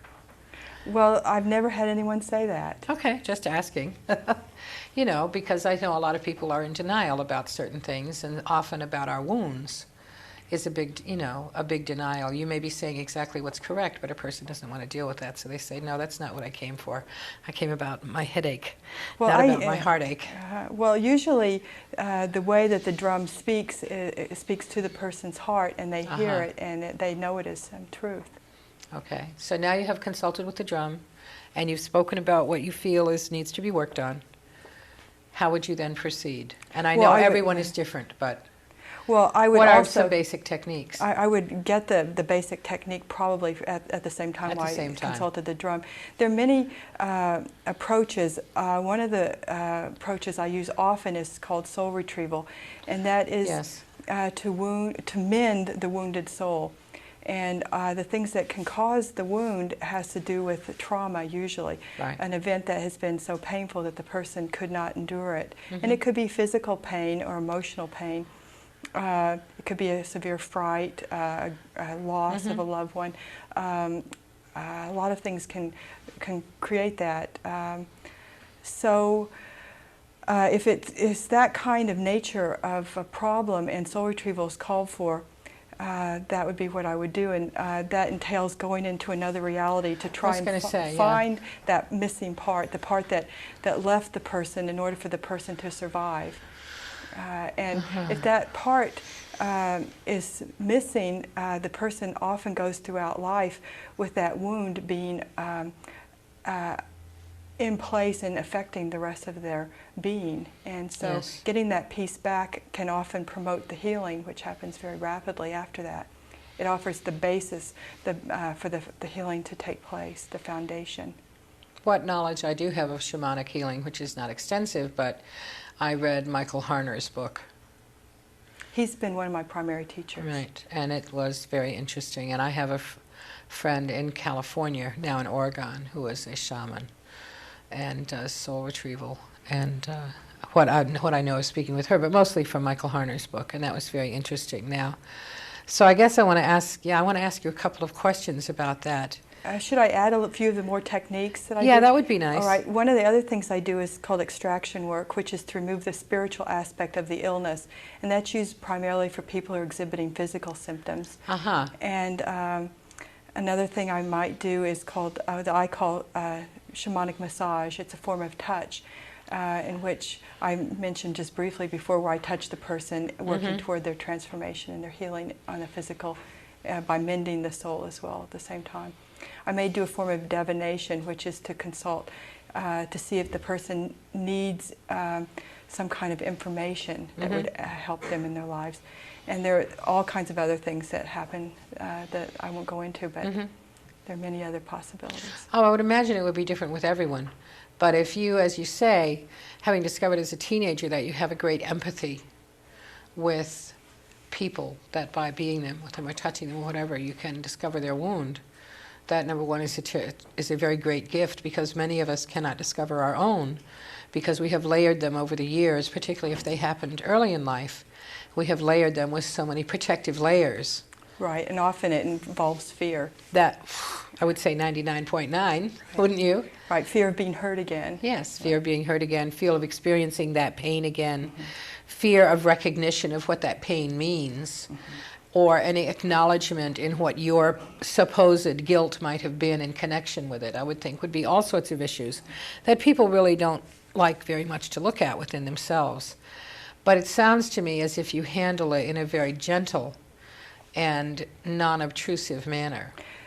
Basically what happens is that the healing is dreamed, and it gives the person opportunity for their relation to their incident to be realized in a moment where it's suspended, and they then have the choice to shift their relationship to it, because they're taken for that moment outside of time. And also they've received a part of themselves back, and they're different, and they have a different sense of experience around that because they've changed. So when you're traveling in that other reality, do we go there together, or do just you go there? Again, it depends on what the purpose is. There are techniques where I teach the person to journey with me through singing journey, where we go together. If there's a need for that, then that's what we do. And how do you know when you find what you have come to get? I'm getting guidance constantly, and also I'm touching the person, and so I recognize that it's them because of the match. Okay. And also it's very, very clear because that was my intent, is to seek them, and and that's what I'm looking for, and that's what I'm guided toward. It's sort of like tracking. You look for the right indicators, and it's very clear. So you must be very clear-sighted to do this, I would say. Well, it's a matter of getting out of the way so the truth can be evident. Yeah, no matter what kind of work you're doing, I feel that's the most important thing. If we can get ourselves out of the way, to be in that still moment where you're connected to everything. But it's so hard to get there. You know, I was trying to explain it to someone. They said, well, how do you know when you're in that state? And I said, there's no way to describe it, because when you're there, you're going to know, because you feel. That's the way I feel. I feel as if the back of my head opens up and the whole universe pours in. I can see the stars behind my head, and that's about the only way I can describe it at certain times when I'm doing certain work. So I was just interested to see how it was for you. Do people come to you once, many times? Again, from individual to individual, right? People come to me between one session and if there's a serious physical problem, maybe 5 sessions. And if they want to learn some journey work, then they may come from another 5 sessions. It depends on what they are seeking. Oftentimes a person may come to me for one healing and then return maybe in 6 months to a year for another session at that time. So it's not an ongoing relationship. Do you teach classes? I have in the past, but Workshops? I'm not. Not at the moment. No. As I was thinking, it would be interesting just to hear about how the whole thing works, but also, since you're willing to impart techniques. You know, I always feel, since I do healing work myself, and I always having clients who say, but what if I can't find you? You know, and I always try to teach them little color meditations or whatever that they can use themselves to achieve a certain reaction, because I don't want to be available all the time. You know, I'm available enough. So I would think it would be wonderful to be able to give people work that they could take home and follow up on, since the work that you do is so intense in nature. I think what a person might be able to learn from me would be how to empower themselves for their own work and their own healing. I think it's very difficult for me to choose a student at this point. Again, I think it is very important to realize that the person needs to, they already is what they are, and it's a matter of Awakening recognizing and awakening to that. Yeah, recognition has a lot to do with everything. And I think that's so hard for us. As I was saying, we have certain wounds, certain things happening, but you've layered them over the years so many times that it's like, I don't have a wound there anymore. What made you think I did? You know? I think it's good to realize that this kind of work is not learned in a workshop or through books. It's something that a person is, and then they, again, learn with dedication and a lot of discipline how to utilize those capacities. Do you fast before work, or do you do any special ritual yourself? I cleanse myself before and after work, and I do not fast. One of my teachers, Apomo Kashaya Yomantha, has suggested that when I do extraction work that I do not eat before that because it's important to make sure, right. Not soul extraction, but extraction of an intrusion, that eating and having a full stomach might be dangerous in those circumstances. Well, this has been very interesting. Well, thank you. I've learned more about shamanic work. And you live and work where? I live in Plainfield, and I work in Montpelier and Burlington at Pathways to Wellbeing. All right. So That way someone can find you if they want to. I think your work is wonderful and much needed. Well, thank you. And for in a having me. time when everyone is looking for the quick fix, it's nice to know that there is one. But it takes a lot of work to get to it. You know, that you can fix something, perhaps even in a session, but then the person has to take home what they learned and want to work with it, I would think. Primarily, they make space in their life for the part of themselves to be back, and they welcome it, and that's their work. That's their work. So you do yours and they do theirs, and between them, it happens. Thank you very much for being a guest. Thank you for I'm having sorry me. we didn't get a chance to chat before, but maybe we will afterwards. Thank you. Okay. Bye-bye. All righty. Okay, it's time for the book review section, and we have a lot of them in true Sagittarius fashion. We have books and books and books and books and books, and I got so many I even left some home until next time. The first one I think I'll do, very fitting for a Sagittarius show. Visions of God. It is the writings of 4 mystics. The mystics of 14th century England, I'll read from the back, were explorers who took a path to the divine that was different from many of their more traditional contemporaries. They blazed a trail to the depths of the self, searching for the meaning of life, and in the process created a personal faith that offered a more intimate experience of God. Contemplative, solitary, and inspired, the mystics journeyed inward and wrote of their extraordinary soul-searching visions and ecstasy. Now, this book was put together by Karen Armstrong, who was a former nun and a religious historian.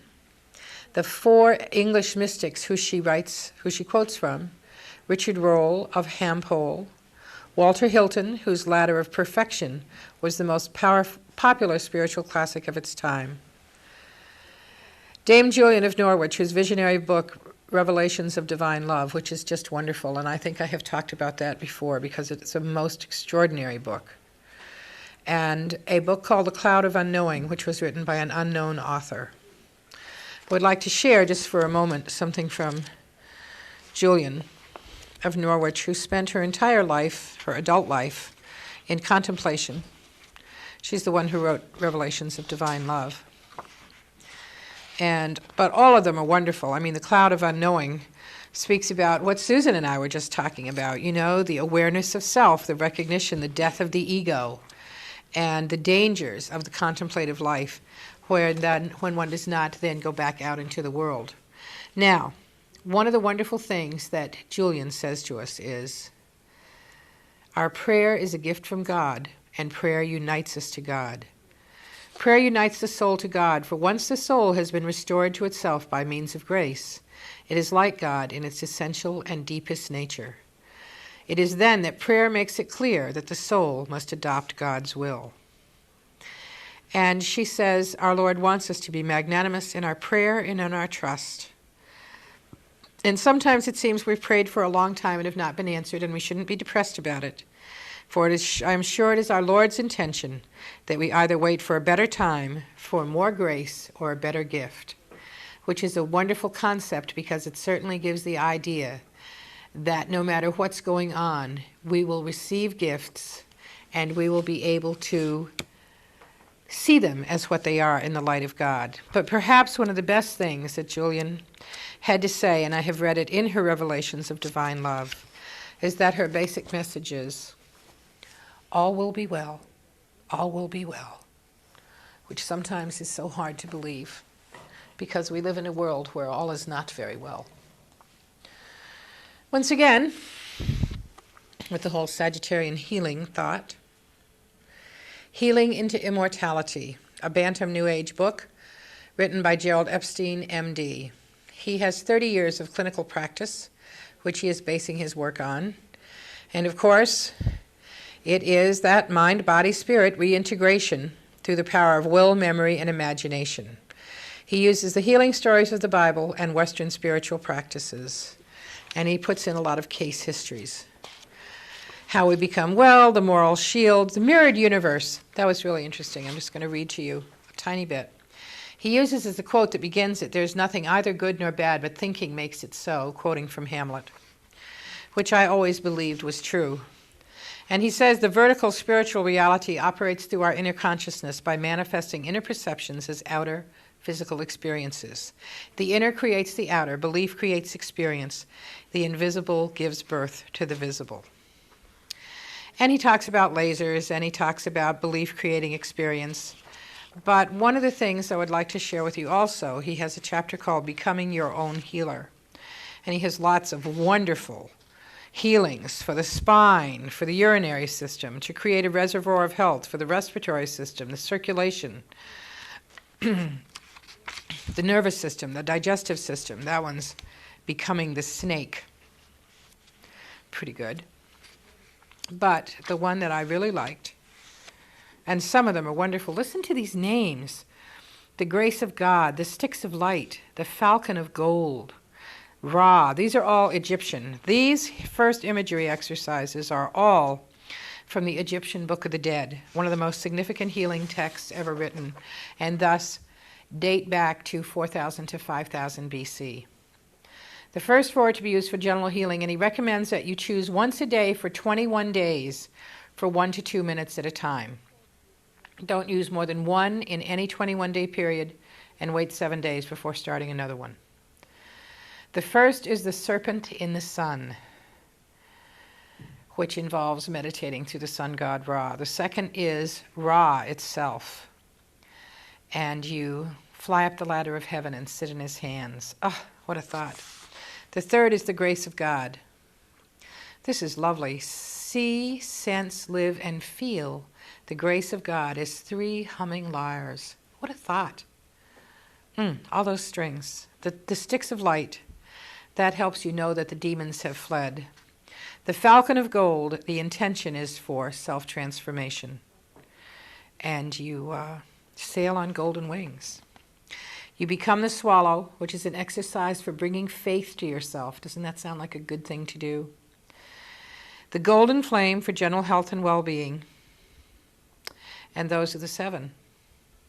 And then there are other ones, sea rocks and sand salutation and stuff to use with the water and the wind and all the different elements. But I have to tell you, this is a most interesting book.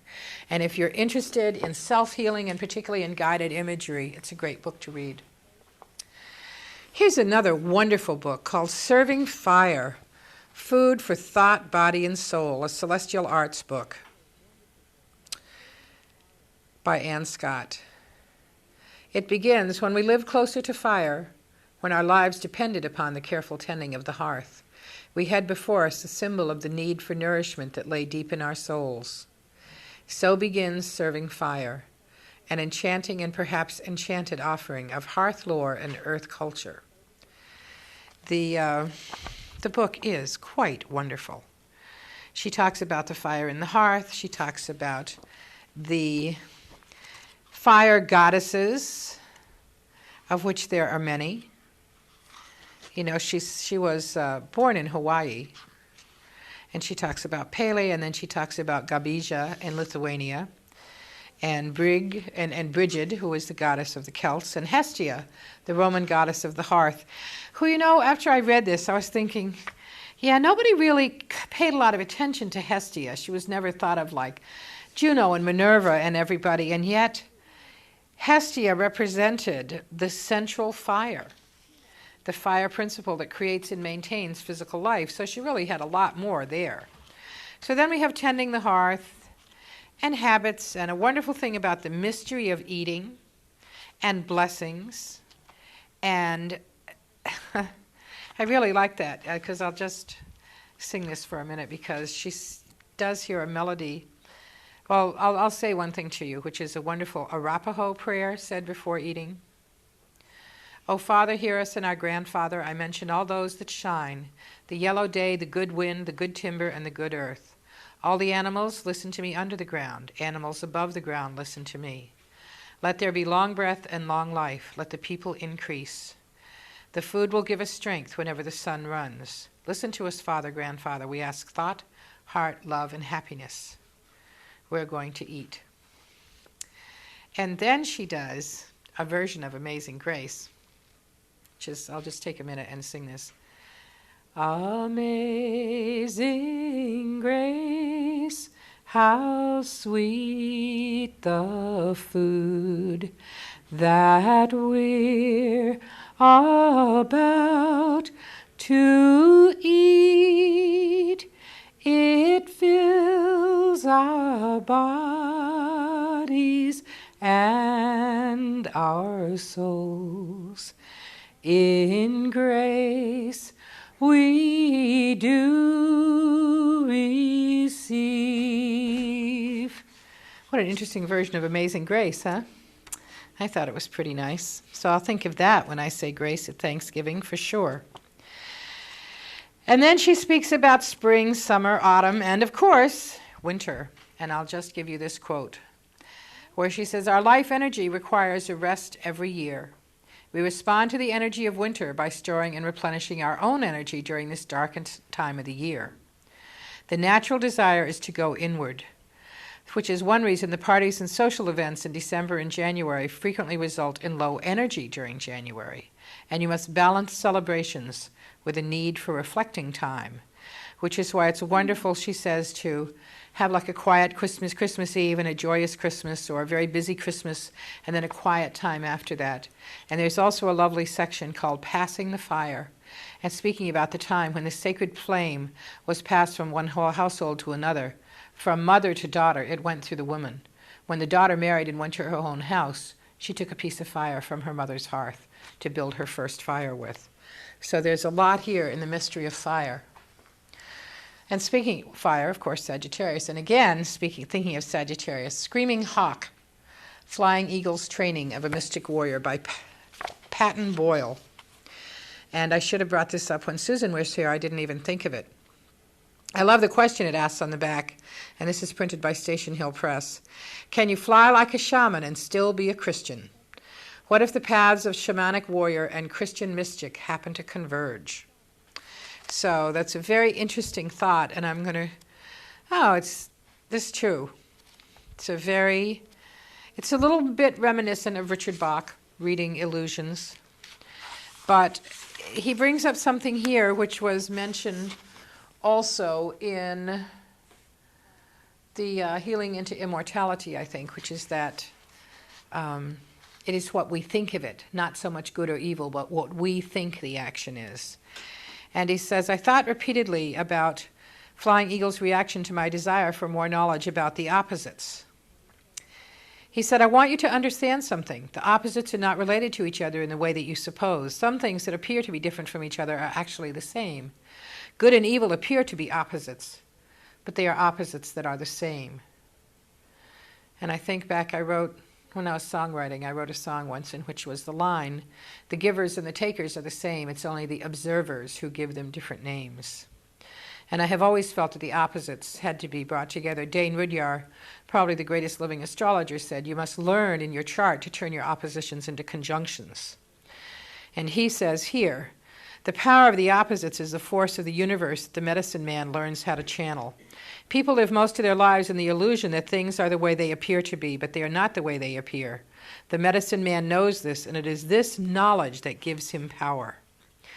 You refer to some people as having good hearts, while others do not have good hearts, says the student. Isn't that an acknowledgement of the existence of good and evil? No. Creation just is. Things are not good and evil. There is an appearance of good and evil.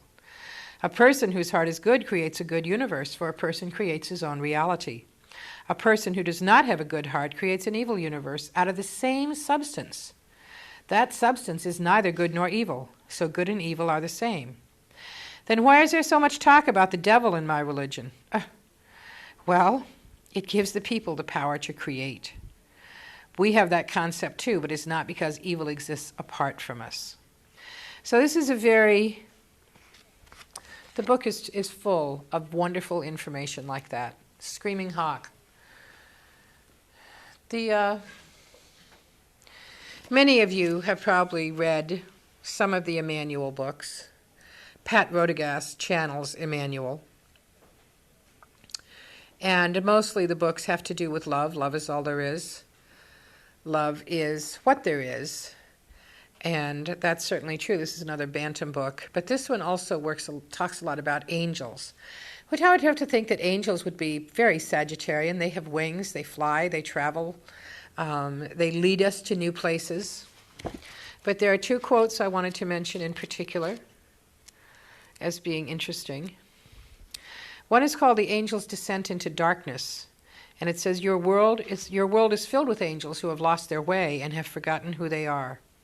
There is nothing that stirs an angel to leave the oneness except the call of love. And then the other one, which is from a section called The Fog of Familiarity, which I thought was a pretty nice title, followed by some categories of human confusion. This gives a wonderful definition of a miracle. A miracle is mind's definition for love's natural capacity to be. It is the natural flow of love's power. It is the angel present upon the planet Earth. It is the love that you feel in your own heart.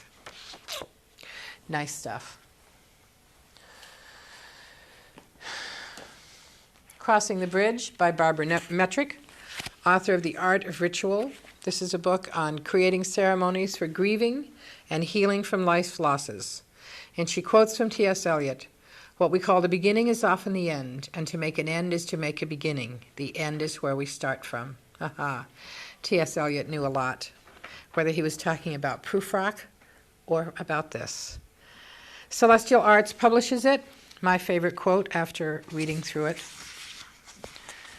was on creative expression and ritual, where she quotes from Israel Regardie, who was quite a well-known philosopher and mystic. And he says, the objects of magic are to bring the student to an awareness of his own divine nature, to enable him consciously to integrate and unite the several constituents of his own psyche. It is to effect psychological integration. And I think that's a wonderful quote to think about with ritual. And he speaks here about grief being the legacy of loss. The pain of grief is an enemy only when you cower in its presence. To confront it transforms an enemy into a teacher. Creative expression is a vehicle for transformation through art. And I think that's a wonderful thing to consider. Another book which I thought was very Sagittarian in nature, Full Esteem Ahead by Diane Lumens with Julia Lumens. It's a book that, Lord knows, we can all need. H.J. Kramer published it, and we all seem to be in our own self-esteem or lack of it.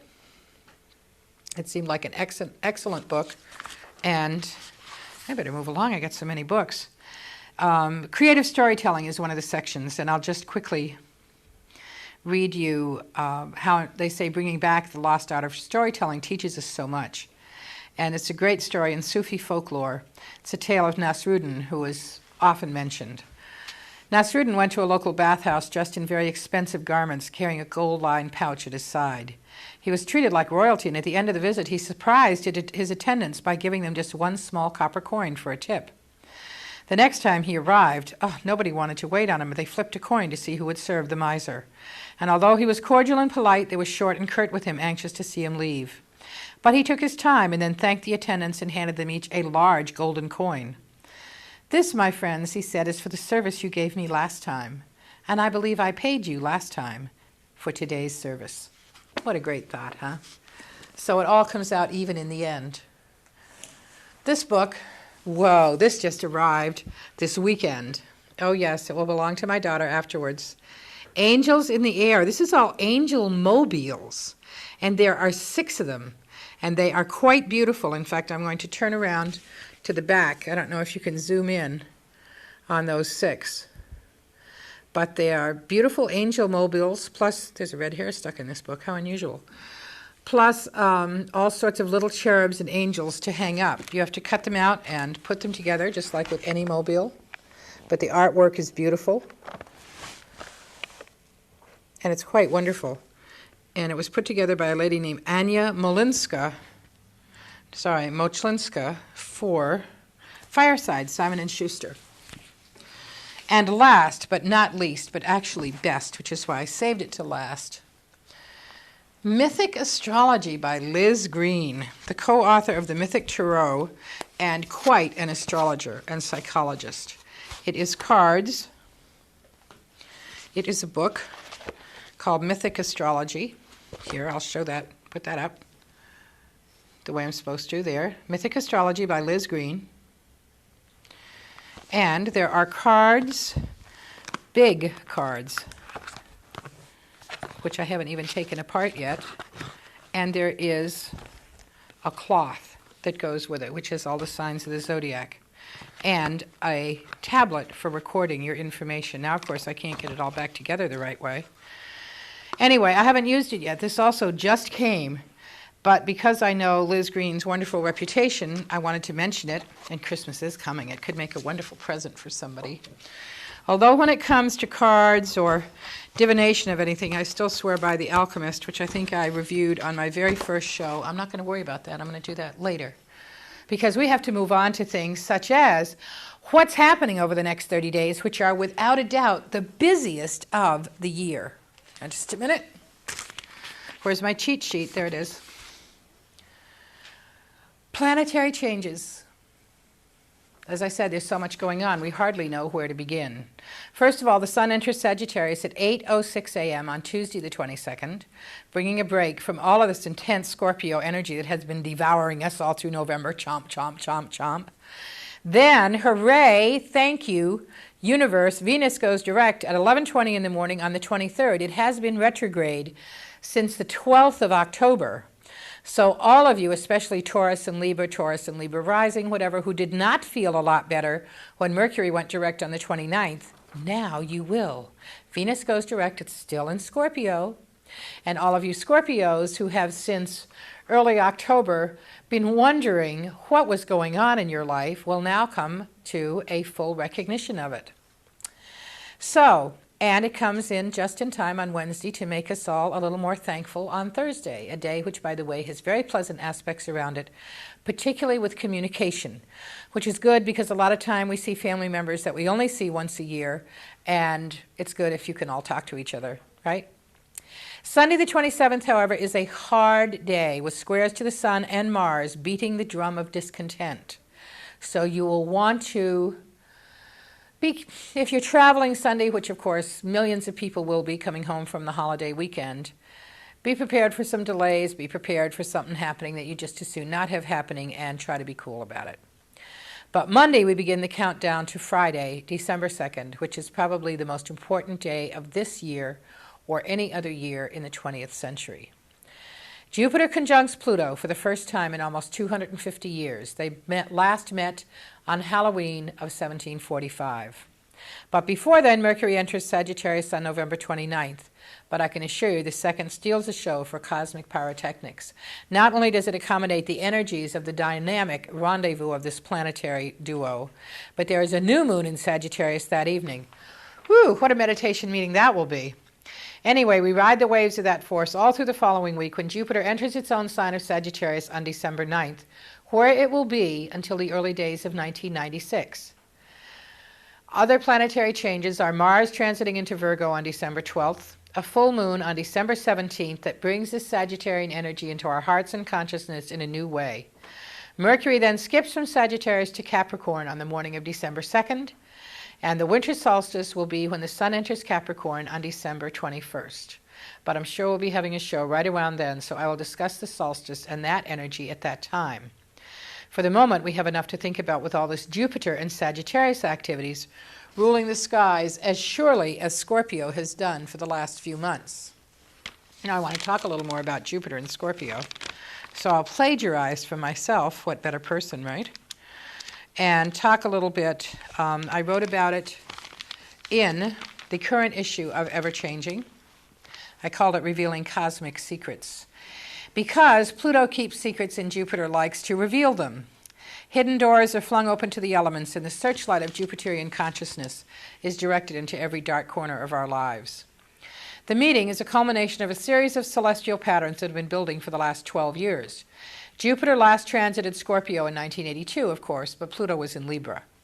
They met in Libra of 1981, but that underlying influence was worlds apart from what is being generated now. And Pluto, of course, has been inching its way through Scorpio since 1984. showing us a new realization of ourselves. It shows us what group we are reincarnating through so we can understand the fullness of the lessons we have come to work with in this lifetime. In the process, Pluto has been connected to the work of the first ray, the ray of will or power, the ray which conquers death, yet is within itself the ray of the destroyer. But it also produces the wish to move toward initiation, and Jupiter will accent that even more.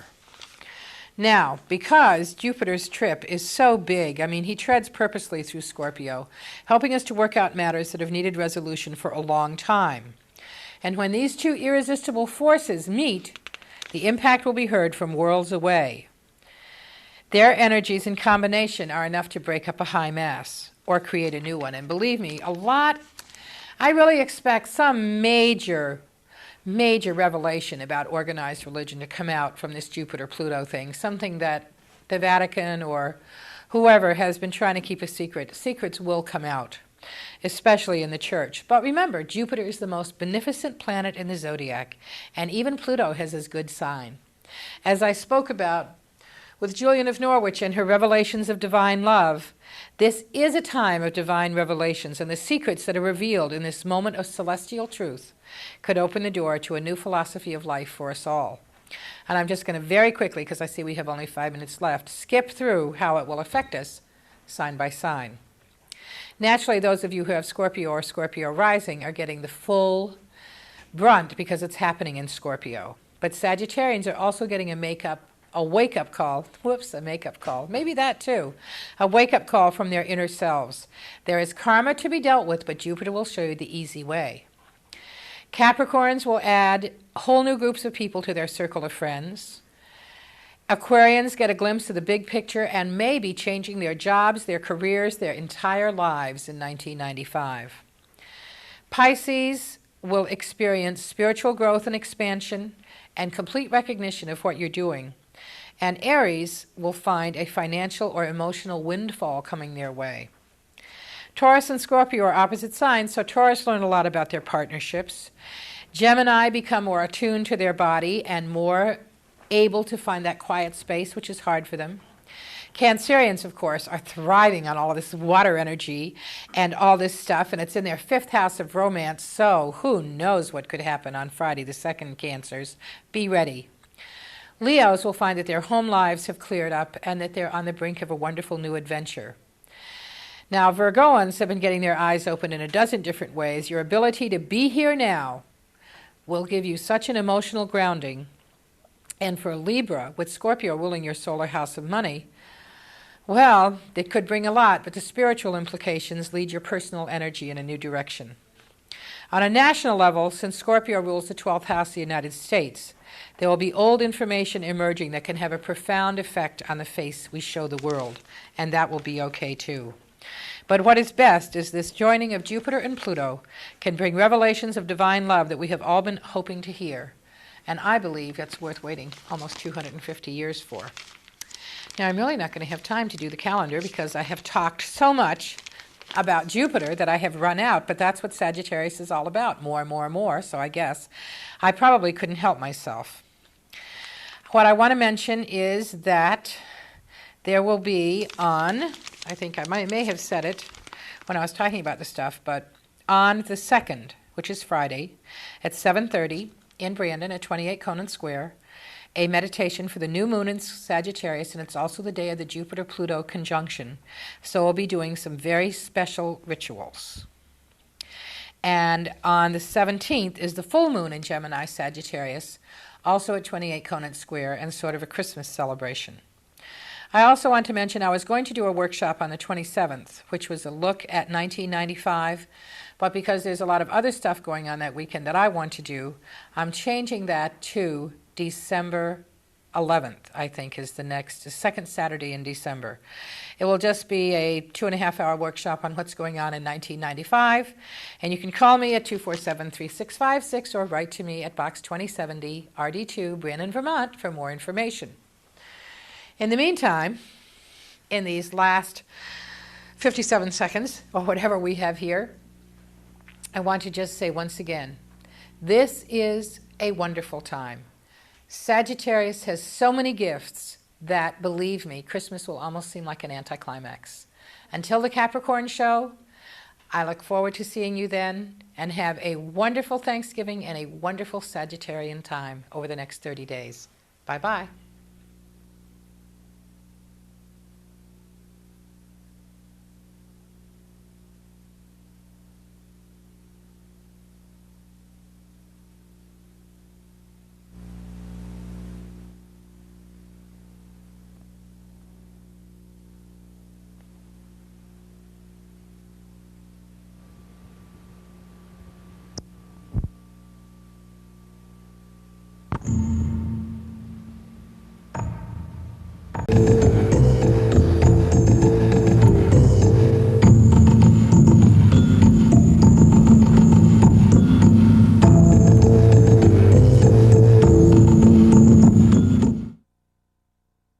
And welcome to the edition for Gemini of Kathleen's Kaleidoscope. And that means something very important.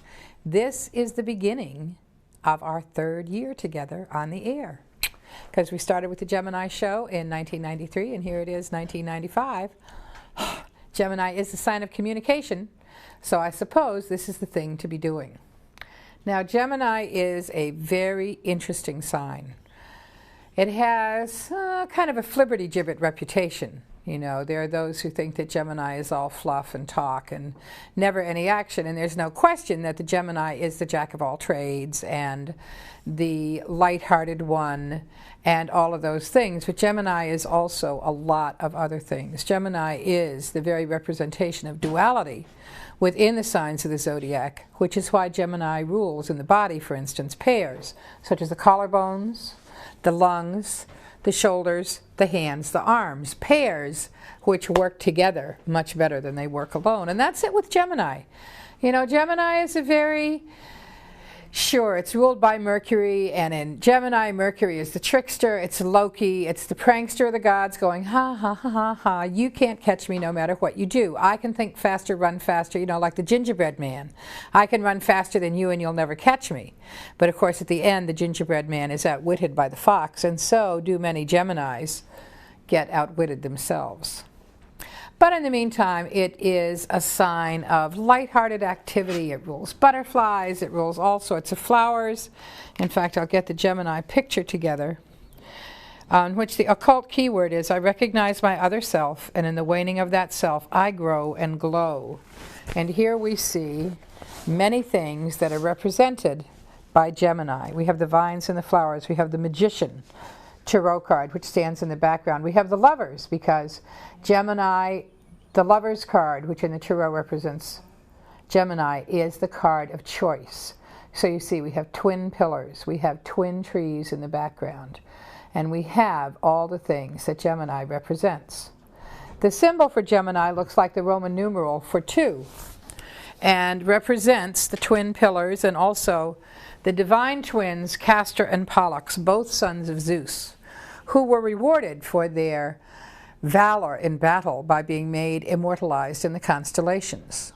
But in this concept of twinship, there are a lot of other things to take into consideration. And before we go any further, I just wanted to read a little bit from my book on esoteric astrology that I'm working on, Mapping the Soul, about the esoteric thoughts about Gemini, the divine twins. Gemini, yours is a sign that is thought of as a sign of butterflies and dandelion fluff. And surely enough, spring is just turning into summer. It's good to be alive, and your airy energy expresses life in its most unfettered form. Yet, on the esoteric level, you don't express such a careless air, but are much more involved in spiritual growth than the casual observer would expect. First of all, your endless and divine curiosity will always lead you toward new directions that stimulate your thinking. You absorb a great deal of what you see and hear, although you don't always show everything you know. And of course, Gemini just can never be content with knowing something about this. They want to know something about that, and they want to read that book and see that movie and meet those people and go to that country. And how can you ever do it all with so little time? The deceptive side of the Gemini nature has a positive use when it comes to protecting the knowledge that you consider to be the most precious. On the outer level, Gemini seem to take life very lightly, and that is part of the mercurial expression through the sign.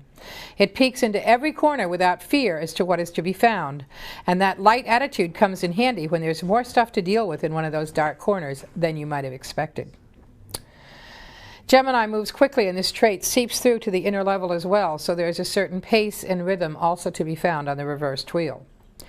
One of the things that's interesting to note is that although Mercury rules the exoteric wheel, Venus rules the esoteric one. And since Venus is the planet of desire, it's of further interest to see that Gemini is the sign that lies behind the initial taking of form that manifests in Cancer. The Tibetan DK, writing in Esoteric Astrology, says that Gemini is the force which produces the changes needed for the evolution of the Christ consciousness at any particular point in time and space, and is always compatible to the requirement. The innate duality of Gemini allows full expression of being on both the inner and outer planes, and so as one of the arms of the mutable cross, this sign offers an unusual opportunity to bridge the gap between the two worlds. In this sign, there is a resolution of duality through fluidity of action that unites the pairs of opposites, because this is the lesson of Gemini. Look at the forces in your life during this time, over the next 30 days, while Gemini energy is with us. Look at the forces in your life that appear to be opposing each other and see how you can bring them together. There is a way, and it can be discovered if you remember, that all opposites have the capacity to be transformed and unified into one. Gemini is the sign that teaches of how to do that. Think of the phrase, "A house divided against itself cannot stand." Gemini might seem to be divided against itself, but on the inner levels, the unity of being is thoroughly understood and expressed through the duality and the free choice that is essential to our beings. Now, before we go to our interview, I just want to say a couple more things about Gemini. It's an air sign. It's mutable. It's the first of the air signs. We've had fire and earth so far in this cycle, Aries and Taurus. Now we're at Gemini. It's ruled by Mercury. On the spiritual level, it's ruled by Venus. Its color is yellow. Its stones are the clear quartz and the citrine, and also some calcite stones. But yellow stones, because yellow is its color. The tarot card is the Lovers.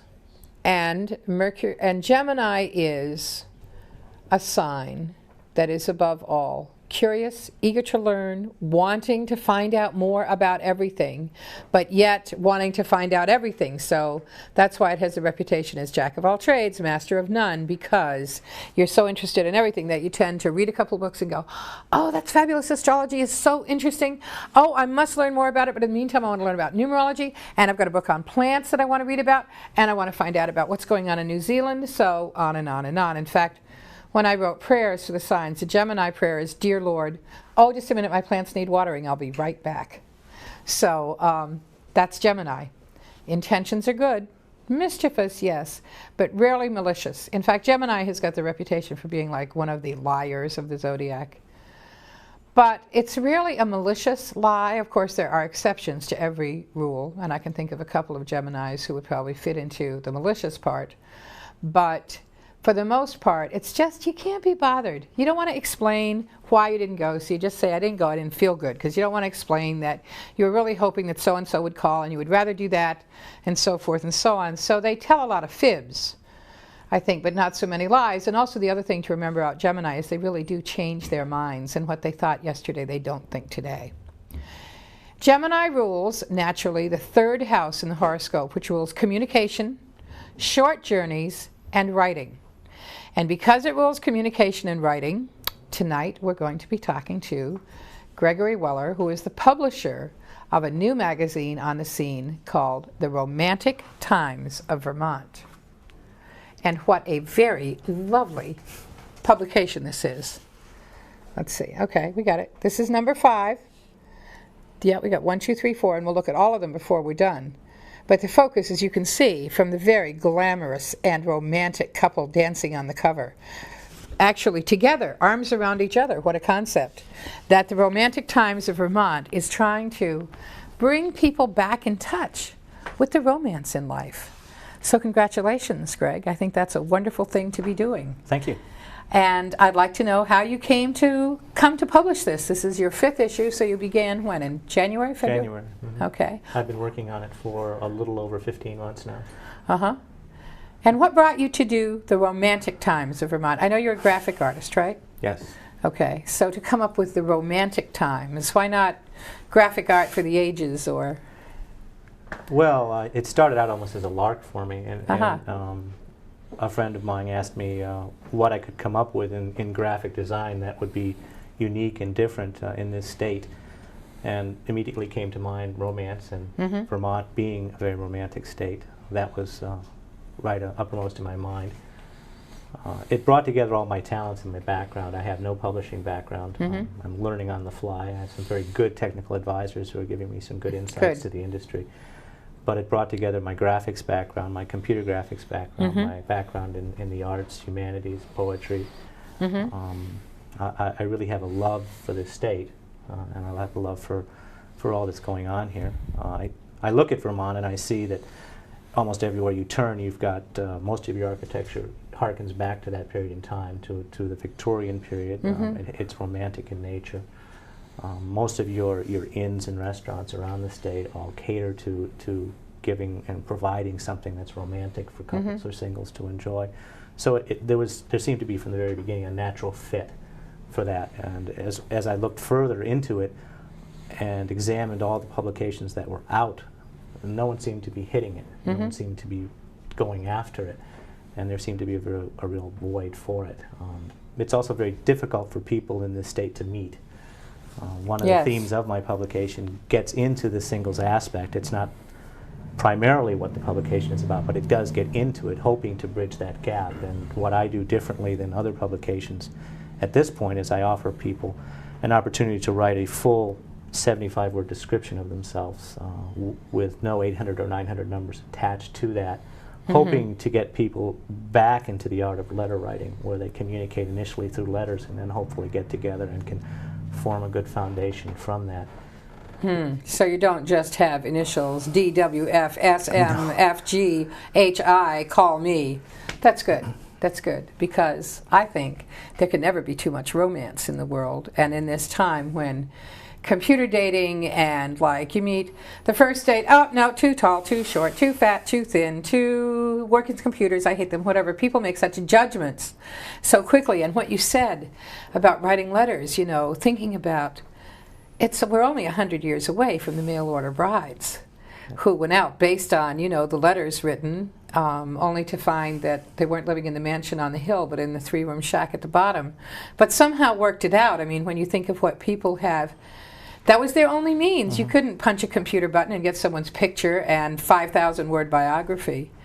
So for you, like you say, to, for instance, in the personals, to allow people to have more space, and maybe even, you know, sometimes it would be fun to get hold of some old love letters and, you know, and publish them. I can remember when I was about, 14 or 15, finding a packet of love letters that my dad had written to my mother in 1926, because he met her on a blind date, talk about romance, and then went off to the National Guard, to, it wasn't National Guard, it was what they do in the reserves in college, right? And wrote her a 15-page letter that night.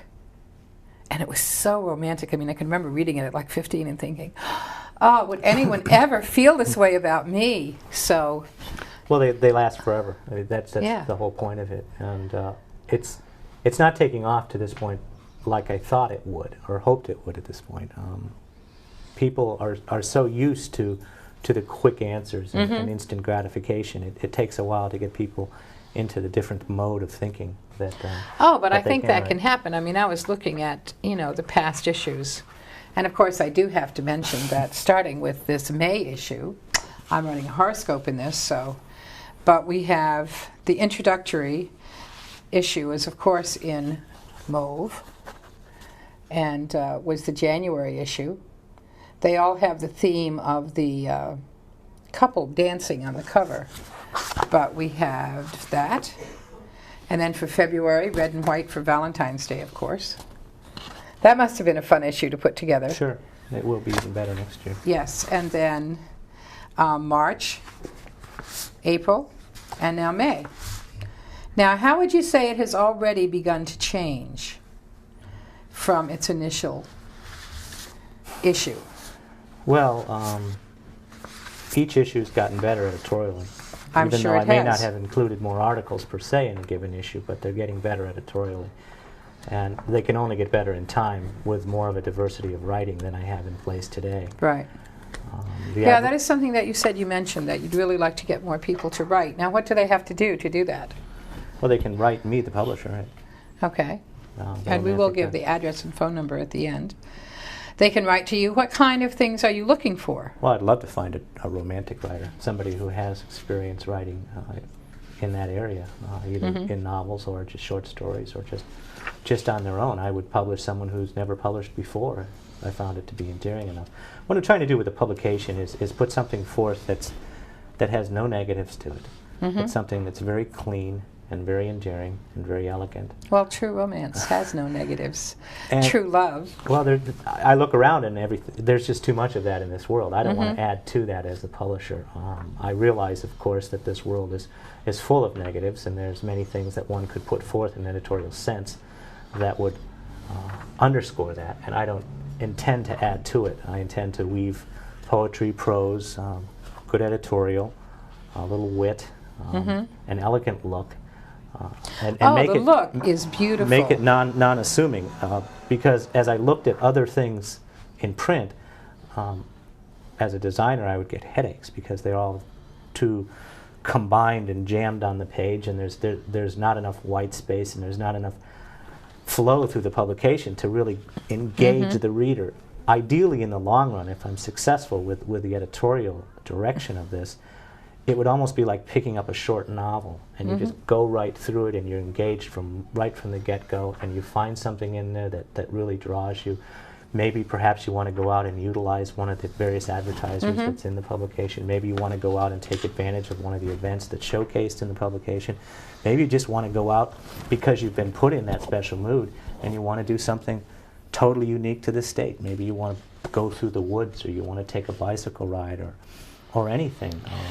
Well, the ads are beautiful. They're all done in this beautiful oval kind of, I don't know if we could get a shot of this on this camera, but they are, let me see. See, they're done in these beautiful ovals like Victorian frames where they look perfectly lovely. And then at the back, you can see an explanation that tells you more about whatever the advertisement is. But they're beautifully done graphically, and everything is. I mean, the pages are put together nicely. There's a wonderful calendar called Stepping Out in Vermont. Don't you like that title? I love it. And it has all sorts of things to do, like Lilac Sunday, which was just yesterday, the 21st. Experience the pleasures of Victorians on vacation. There's chamber music, beach bash, canoe, a teapot show, ballroom dancing, jazz, antique cars, all sorts of things that would be of interest to people in a romantic mood, or to put you in one, as Greg says. He wants this to put you in a romantic mood. I think that the calendar is just wonderful. And it would be wonderful if you could find somebody and maybe you would like serialize a romantic novel from issue to issue the way they used to. Right, like Dickens. Right. I mean, that's the way novels were always read. They were, they weren't put out in books so much as they were published in either weekly or monthly or even daily.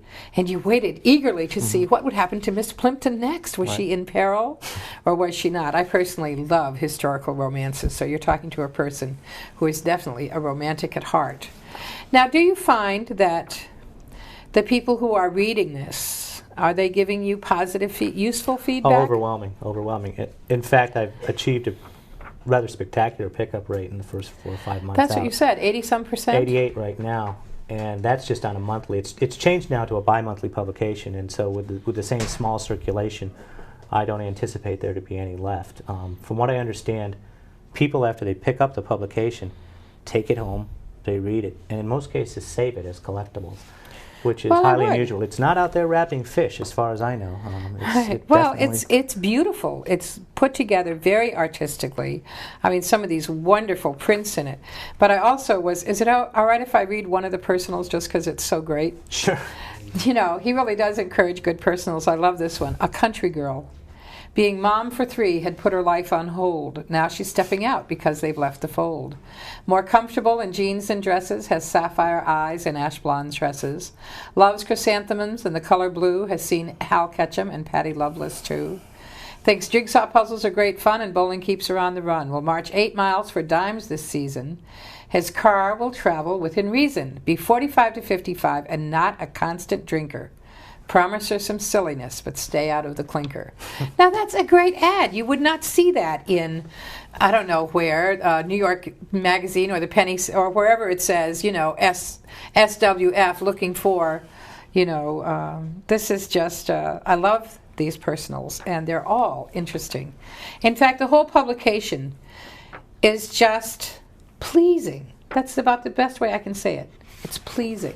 It's movie reviews or book reviews. It talks about things. And, you know, you speak beautifully in the message from the publisher about the state of Vermont being an ideal and unique romantic setting.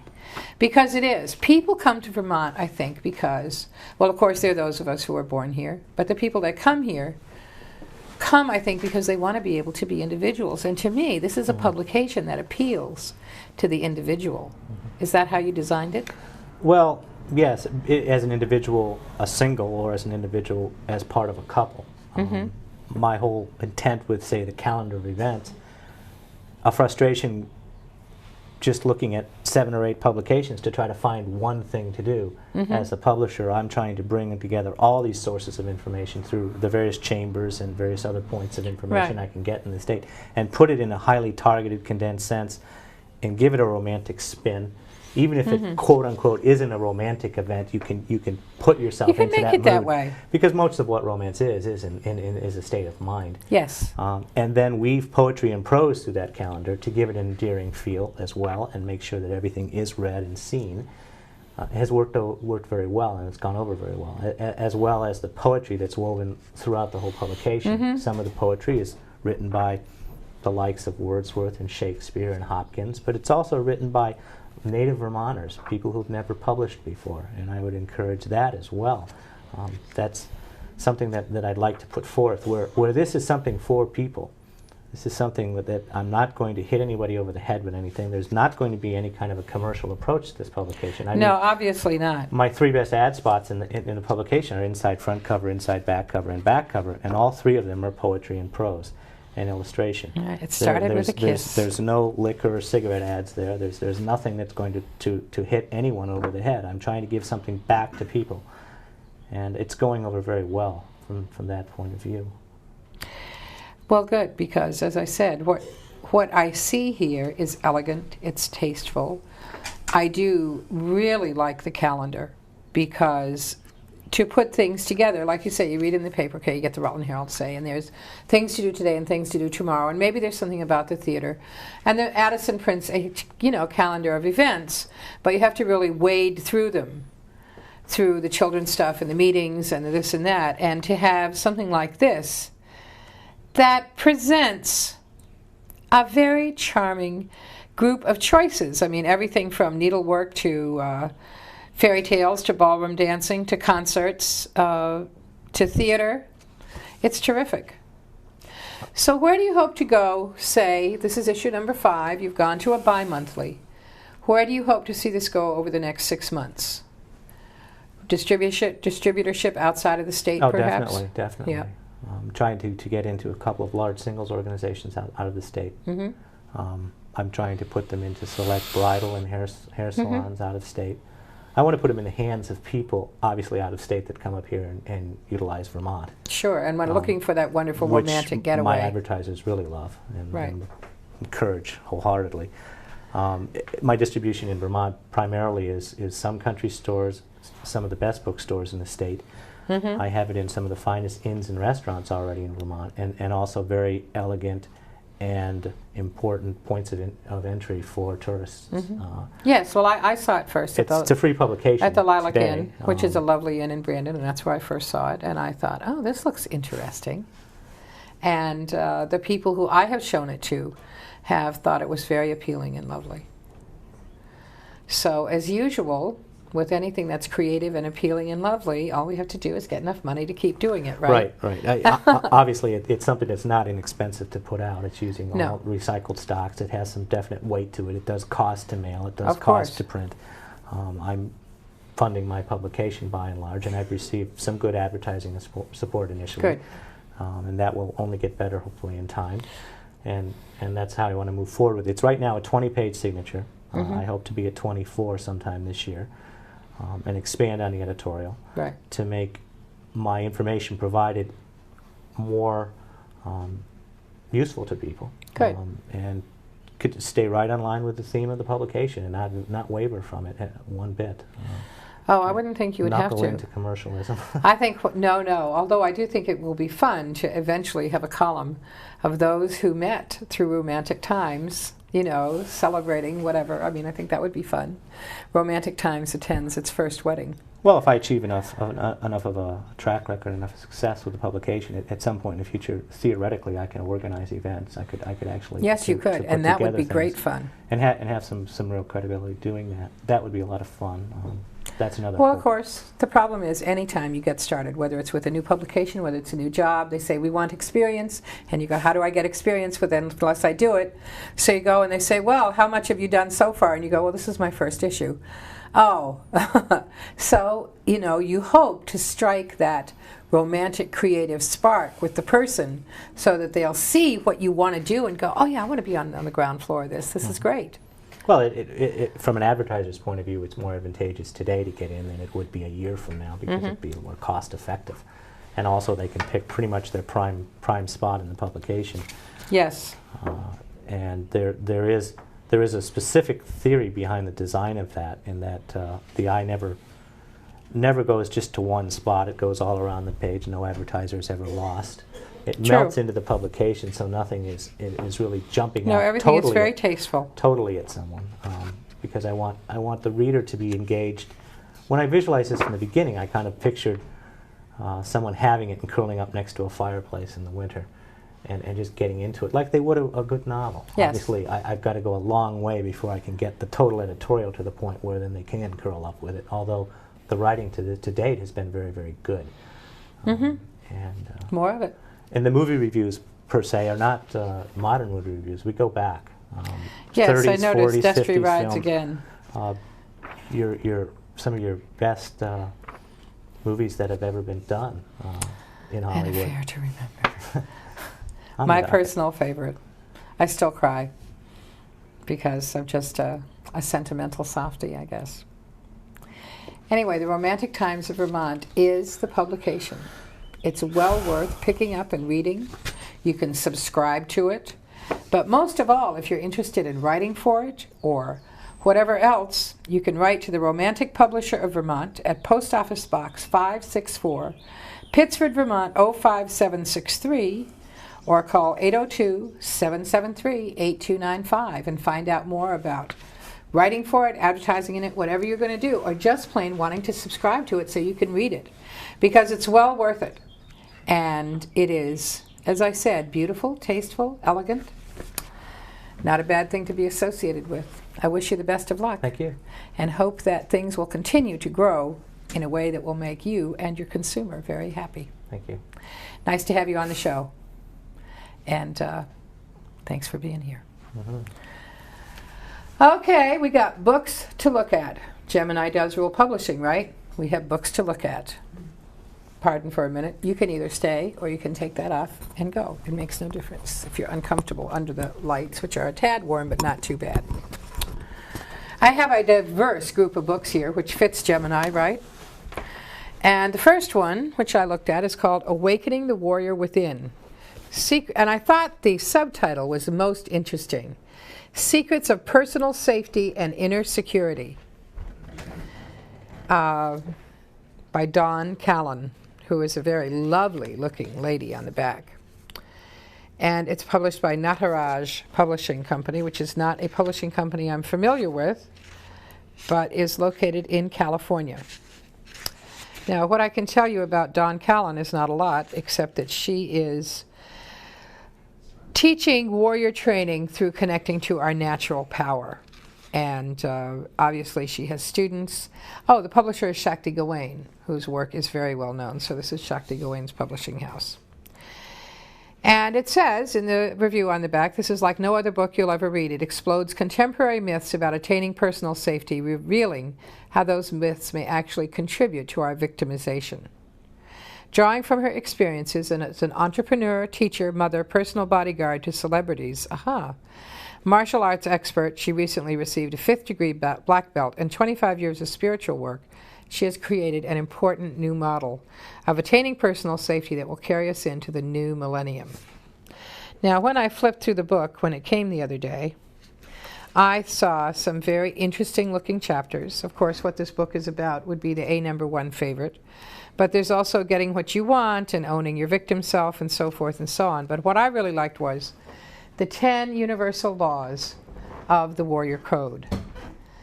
#1 of which is pay attention. Stay in the present. I'm always saying that. Be here now. It's the only place anything is really happening is in the present. Take responsibility. This is your life. Take it back. Either you get to own it or you blame someone or something else. So, no kvetching, whining, or sniveling. Takes you out of the present. Don't take any abuse. It's bad for your self-esteem. Stand up to your tyrants, internal and external. Do it anyway. Hard choices temper our strength and integrity, and they make the difference between a life of mediocrity and a life of excellence. Don't quit. That's the edge between being a warrior or a victim. Keep your agreements. A warrior is only as good as his or her word. The way we build self-trust and trust in others is by making and keeping our agreements. Keep your sense of humor. Otherwise, what's the point? I like that attitude.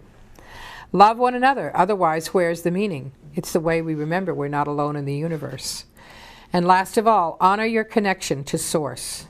For there is a force greater than ourselves that creates us, sustains us, provides for us, cares for us, guides us, and loves us. It speaks to us from within, so trust it. Now, I haven't read the book cover to cover, but what I have read about the energy centers and the sub-centers and the inner workings of the warrior, and of course those 10 principles, are very important. And it also has a wonderful chapter on agreements and how we make them and learn to keep them. So that's good. Now, a couple of months ago, I reviewed The Menopausal Woman by Susan Weed, and this is her Healing Wise book.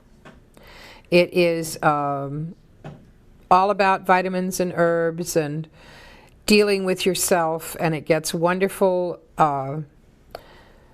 reports from everyone who has read it, apparently.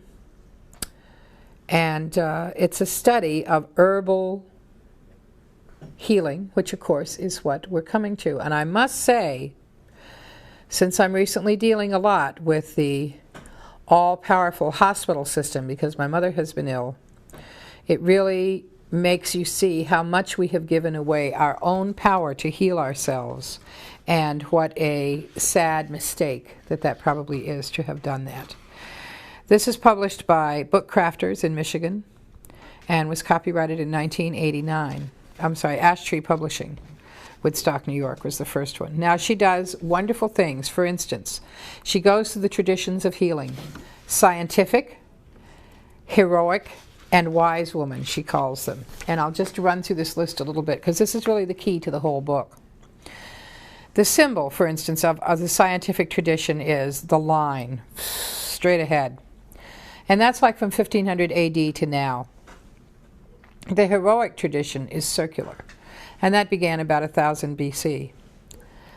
And the wise woman tradition is the spiral, as it has been since about 50,000 BC, and the overall vision is holographic, looking for natural allies, for transformation, looking for unconditional love and nourishment, using the lineage of the midwife and the crone, and understanding the interconnected web, where in the scientific position is disease and death is the enemy rather than the ally for transformation. Fix or fight, seeing the body as a machine and the healer as a mechanic. And that the lineage is that of Newton and Descartes, and the place of power are the machines, the tests, and the drugs rather than the self. And the heroic tradition is more to cleanse the spirit and to purge the evil. So you can see how it would go from that maybe to the scientific, whereas the wise woman is to simply learn more about yourself. There's a beautiful writing here. I see the wise woman. She carries a blanket of compassion. She wears a robe of wisdom. Around her throat flutters a veil of shifting shapes. From her shoulders a mantle of power flows. A story band encircles her forehead. She stitches a quilt. She spins fiber into yarn. She knits, she sews, she weaves. She ties the thread of our lives together and forms a web of the spiraling threads. I see the wise woman. She is at her loom, a loom warped with days and nights. White threads, black threads receive her flying shuttle, a shuttle filled with threads of many colors, the colors of the earth, the common ground. Threads the colors of the people of the earth, some short, some long, each different, each perfect. These threads are alive with sound and color, and intertwined with each thread is a thread blood red, of such sensitivity it cannot be seen, yet of such vitality it can never be hidden. As our blood flows over and under the days and nights of our lives and binds each moment to the whole, so the red thread of the wise woman binds us in the tapestried, cosmic web. I see the wise woman, and she sees me. It's a wonderful book.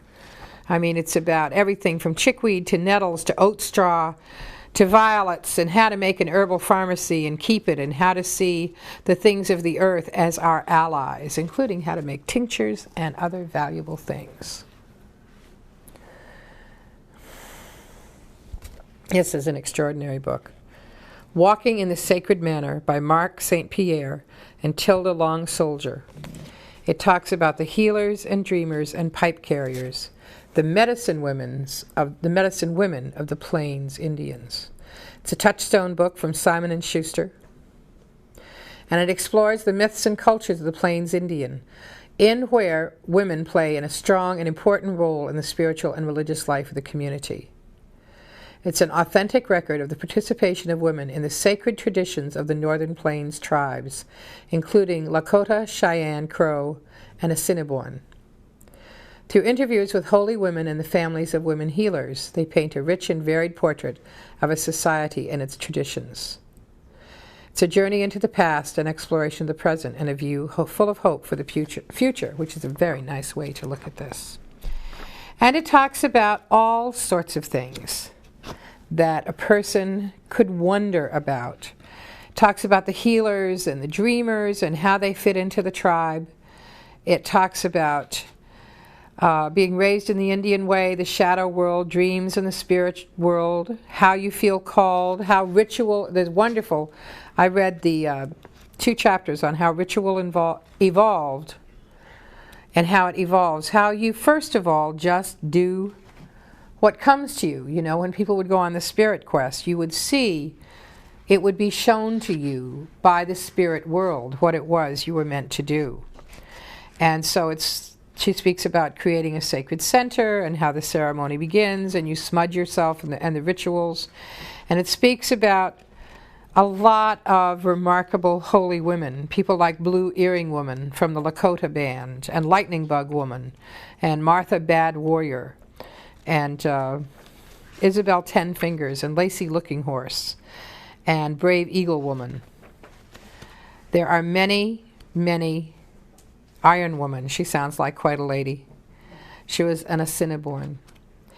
The stories are wonderful. I mean, they're just wonderful. There's a very complete index. They have given lots and lots of footnotes to their work to really make it as authentic as possible. And somewhere here they listed all the women who they wrote about or who they talked to, from Madonna Blue Horse Beard. There's lots and lots of people, probably 30 people listed here.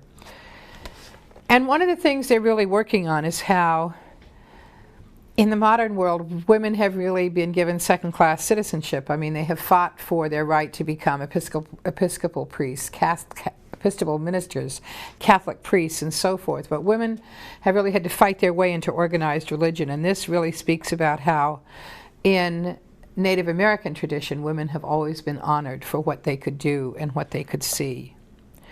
And so some of the stories are wonderful. And this is a book I highly recommend to understand the sacred space of women in the American Indian culture.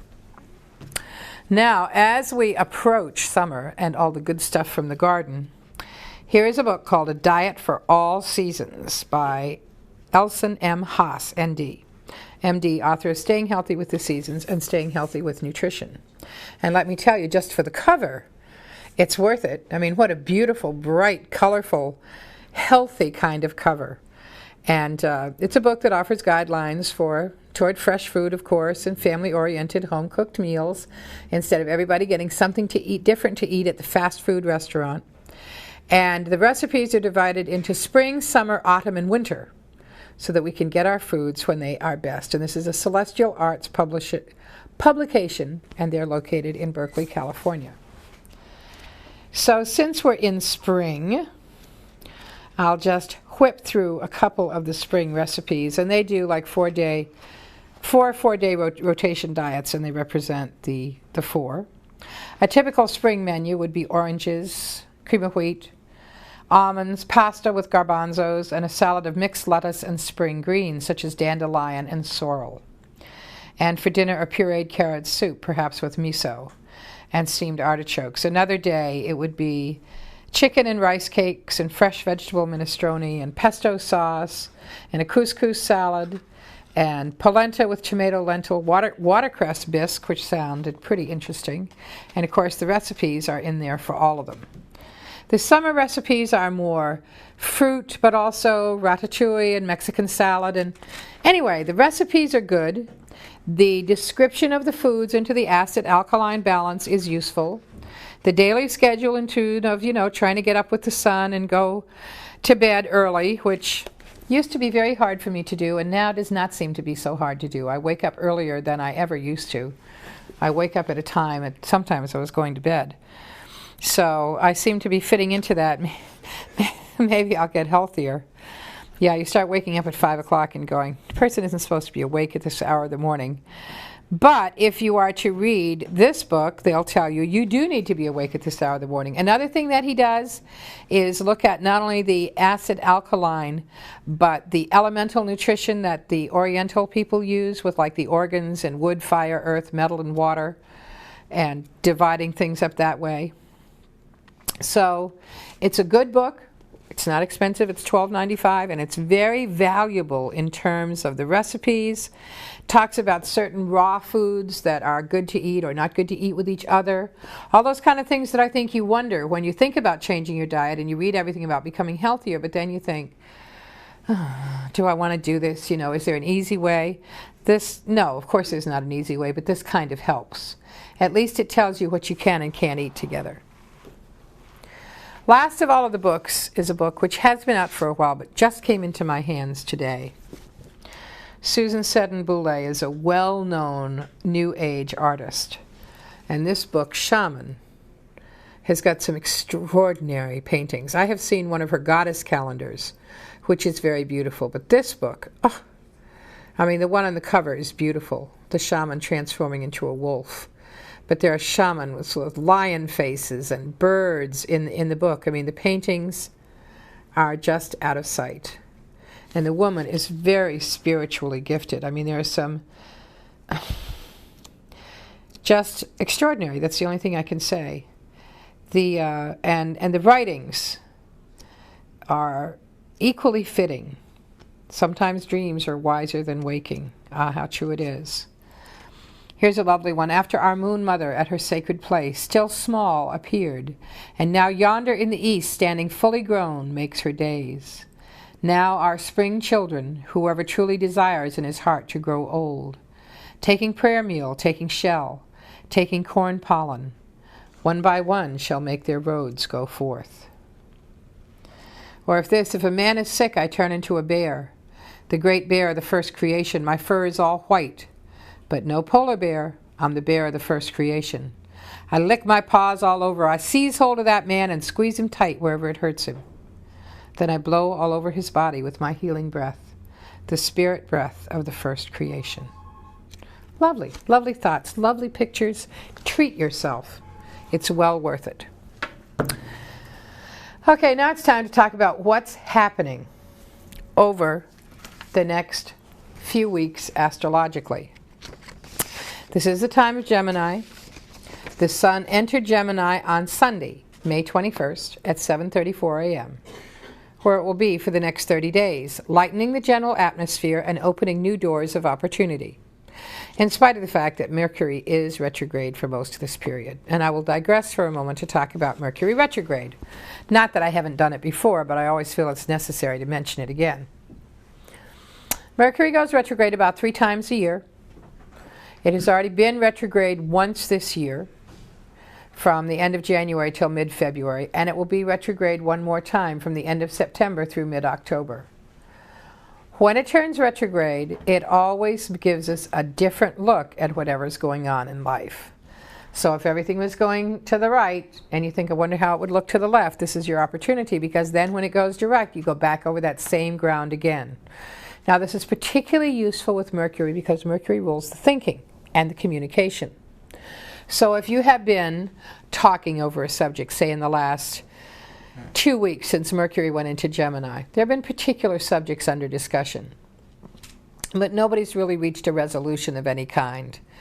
Now, with Mercury going backwards, there is a chance to get a different point of view. And as you get that different point of view, then, by the time it turns direct and goes back again over these degrees of Gemini, and of course this does affect Gemini more than anybody, and Virgo second, and then everyone else, you'll have a clearer vision. So if there's something that you're trying to get into motion, no matter what sign you are, but particularly if you're a Gemini, and it seems to be slowing down and losing momentum, and you're wondering what to do next, know that when this retrograde period is over, it'll pick up, it'll go forward again, and you'll have the added insights that you've gained during this time. So don't get mad if things get delayed. But of course, if you are traveling on Wednesday the 24th, double check your reservations. Make sure the car is running correctly if you're driving. Make sure you're going to be in the right place at the right time. Take your appointment book. And otherwise, just be careful, because that's what Mercury retrograde demands. And this one is a little trickier than usual, for Mercury is in its own sign of Gemini, and it stays within it. So this gives us a long run of Mercury in Gemini since like the 5th of May until around the 10th of July because of this forward and backwards. So again, for all of us, not just Geminis, this puts the accent on clear communication. It means that if you think you made your point now and you're not getting the response that you want, go back and make your point again while Mercury is retrograde. Chances are what wasn't acceptable the first time will be perceived from a different point of view the second time, or you'll have a better approach. That's one of the keys. Then, on Thursday the 25th, Mars enters Virgo, and that promises to be quite exciting for those born in Virgo, although Arians may find this a rather constrictive placement. Now, Mars went into Virgo last December for a few days. On January 2nd, turned retrograde, hopped backward through Virgo into Leo, then turned direct on the 24th of March, and back through Leo. And now, at last, almost 6 months after it entered Virgo the first time, it's back again going, hey, remember those fabulous ideas you had last December and everybody said you were just an absolute nerd for having them, that they weren't on target, they weren't any good? Well, now you'll get the chance to come back and go, I have that idea again, and this time I know how to make it work. So it is exciting. I mean, Virgos tend to live on Mercury, intellect energy. So when Mars, ruling Aries, comes in and ruling the physical body, it's like, let's do stuff. Let's go lift weights. Let's go bicycling. Let's go hiking. You're going to be very outdoorsy, or at least ready to put your body into motion. Uranus, which has tiptoed into Aquarius since April 1st, turned retrograde on May 4th, now is dancing back into Capricorn on June 8th. And it will be there until early 1996, although it does go direct in late October. It is back in Capricorn for one more gasp. So, Capricorns, for the middle part of June, watch your money. Financial things, which seem to have been all straightened out right about now, will suddenly not be. The couple that were going to buy the house can't get the money. The loan you were supposed to get doesn't come through. It's that kind of stuff. So be watchful of money in mid-June, because that's a time when it's rather treacherous. And of course, Aquarians, who have just gotten used to this power of Uranus in your own sign, Well, it's going back into your 12th, your solar 12th house, which is okay. This rules your dreams, your intuition. It gives you a last chance to really utilize this Aquarian energy deep inside your head to become more in touch with your inner self, and this is very valuable. Now, Venus enters Gemini on the 10th of June, so of course Mercury's there, the Sun's there, Venus joins them, and Mercury returns to direct motion on the 17th. So I would say for Geminis, from the 17th to the 22nd is the time when all systems are go for you. So if you got plans that you're trying to work on, be prepared to put them into motion then. The new moon in Gemini on the early morning of May 29th is a bright and quick influence that leads us, beckons us, lures us toward the future. This is a particularly delightful new moon with plenty of light and laughter. And since it's part of the holiday weekend, what could be nicer? I mean, this is the first big weekend of almost summer. And to have this kind of light, innovative energy working, all I can say to you is go someplace you've never been before, try something you've never done before, eat some new food, meet a new friend, look toward what's new and exciting. The full moon, which is in Gemini and Sagittarius, is on the evening of June 12th, by the way. For the most part, May 25th, June 5th, 6th, 10th, and 18th are positive days with a lot to recommend them. However, the Sun-Jupiter opposition that begins the month of June makes it easy to overreact to every little thing that happens, although not necessarily in a bad way, because the trick is with Jupiter, even when it's bad, it's better than some. What it usually does when the Sun opposes Jupiter, because the Sun rules Leo, and that's self-indulgent enough, and then when it opposes Jupiter, it's like, if you like to eat, you'll eat a lot. If you like to drink, whatever it is that you like to do, it will be really easy to do too much of it on June 1st. Venus opposes Pluto on the 9th, putting a damper on romance in general. And the 15th is a very trying day, especially if you're born in Aries, Gemini, Leo, Virgo, or Capricorn.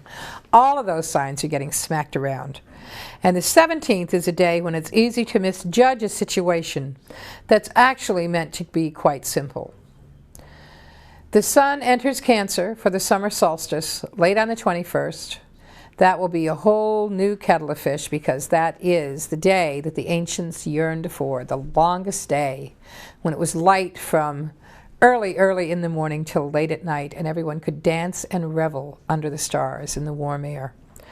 So the solstice is always a time of celebration. So I think what we need to do between now and then, 30 days from now, is think about the things or work on the things that we want to celebrate, whether it's renewing an old relationship, starting a new one, doing something creative, finding your true work, getting a grip on your health, whatever it is that's going to make you feel like celebrating on solstice night, start working on it now, because this is what you have when you have to do it.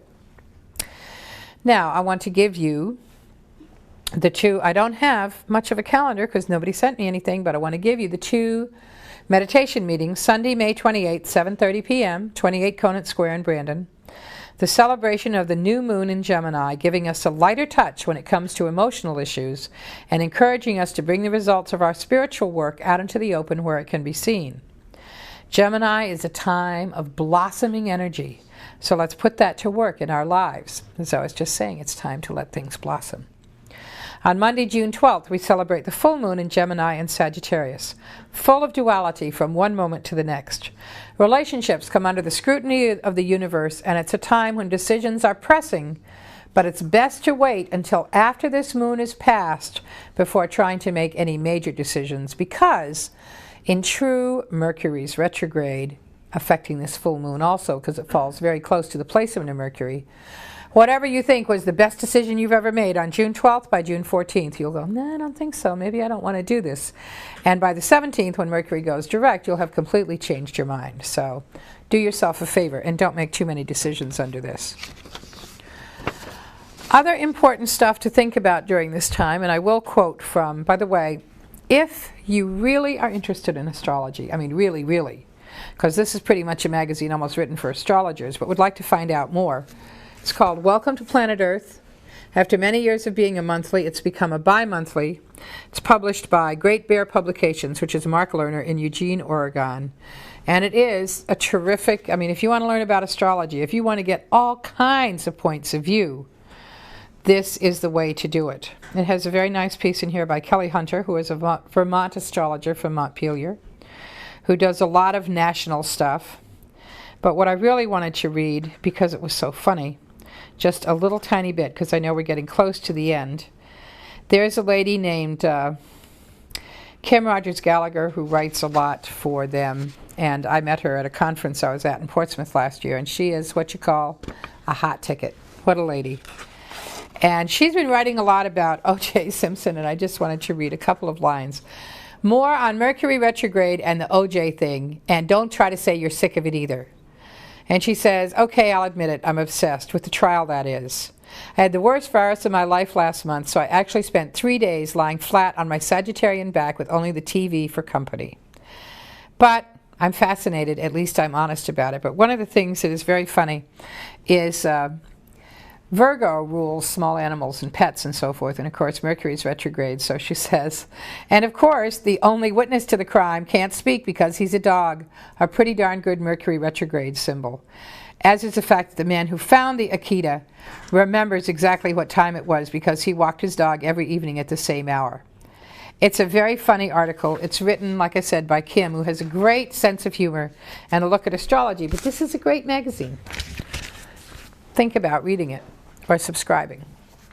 Before I say goodbye, I have, of course, another poem, and I would like to read that before I say goodnight. It's called In Starry Splendor.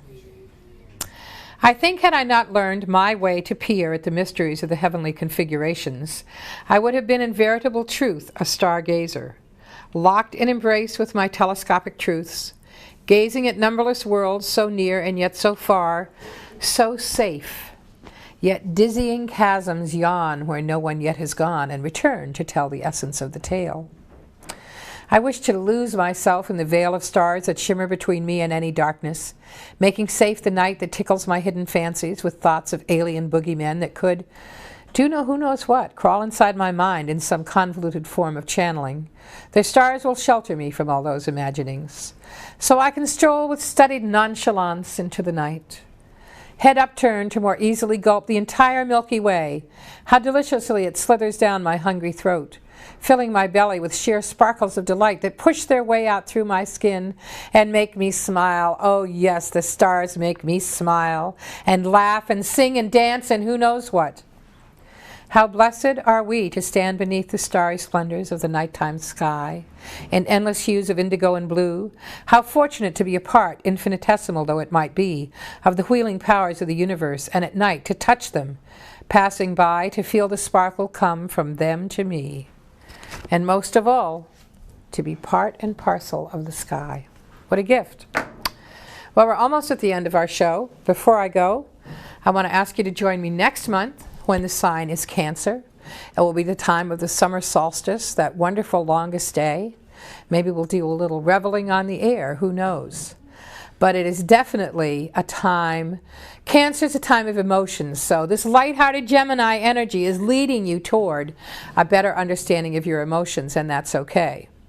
And I also want to say hello to my mom, who is still in the hospital, but at least at Porter, where she gets to watch the show, right? Hi there. Feel better. And to everyone who's watching, remember, this is Gemini. Be lighthearted. See the other side of whatever's going on. Don't be fixed, because Gemini is flexibility. Be flexible, but of course not to the point where it gets ridiculous.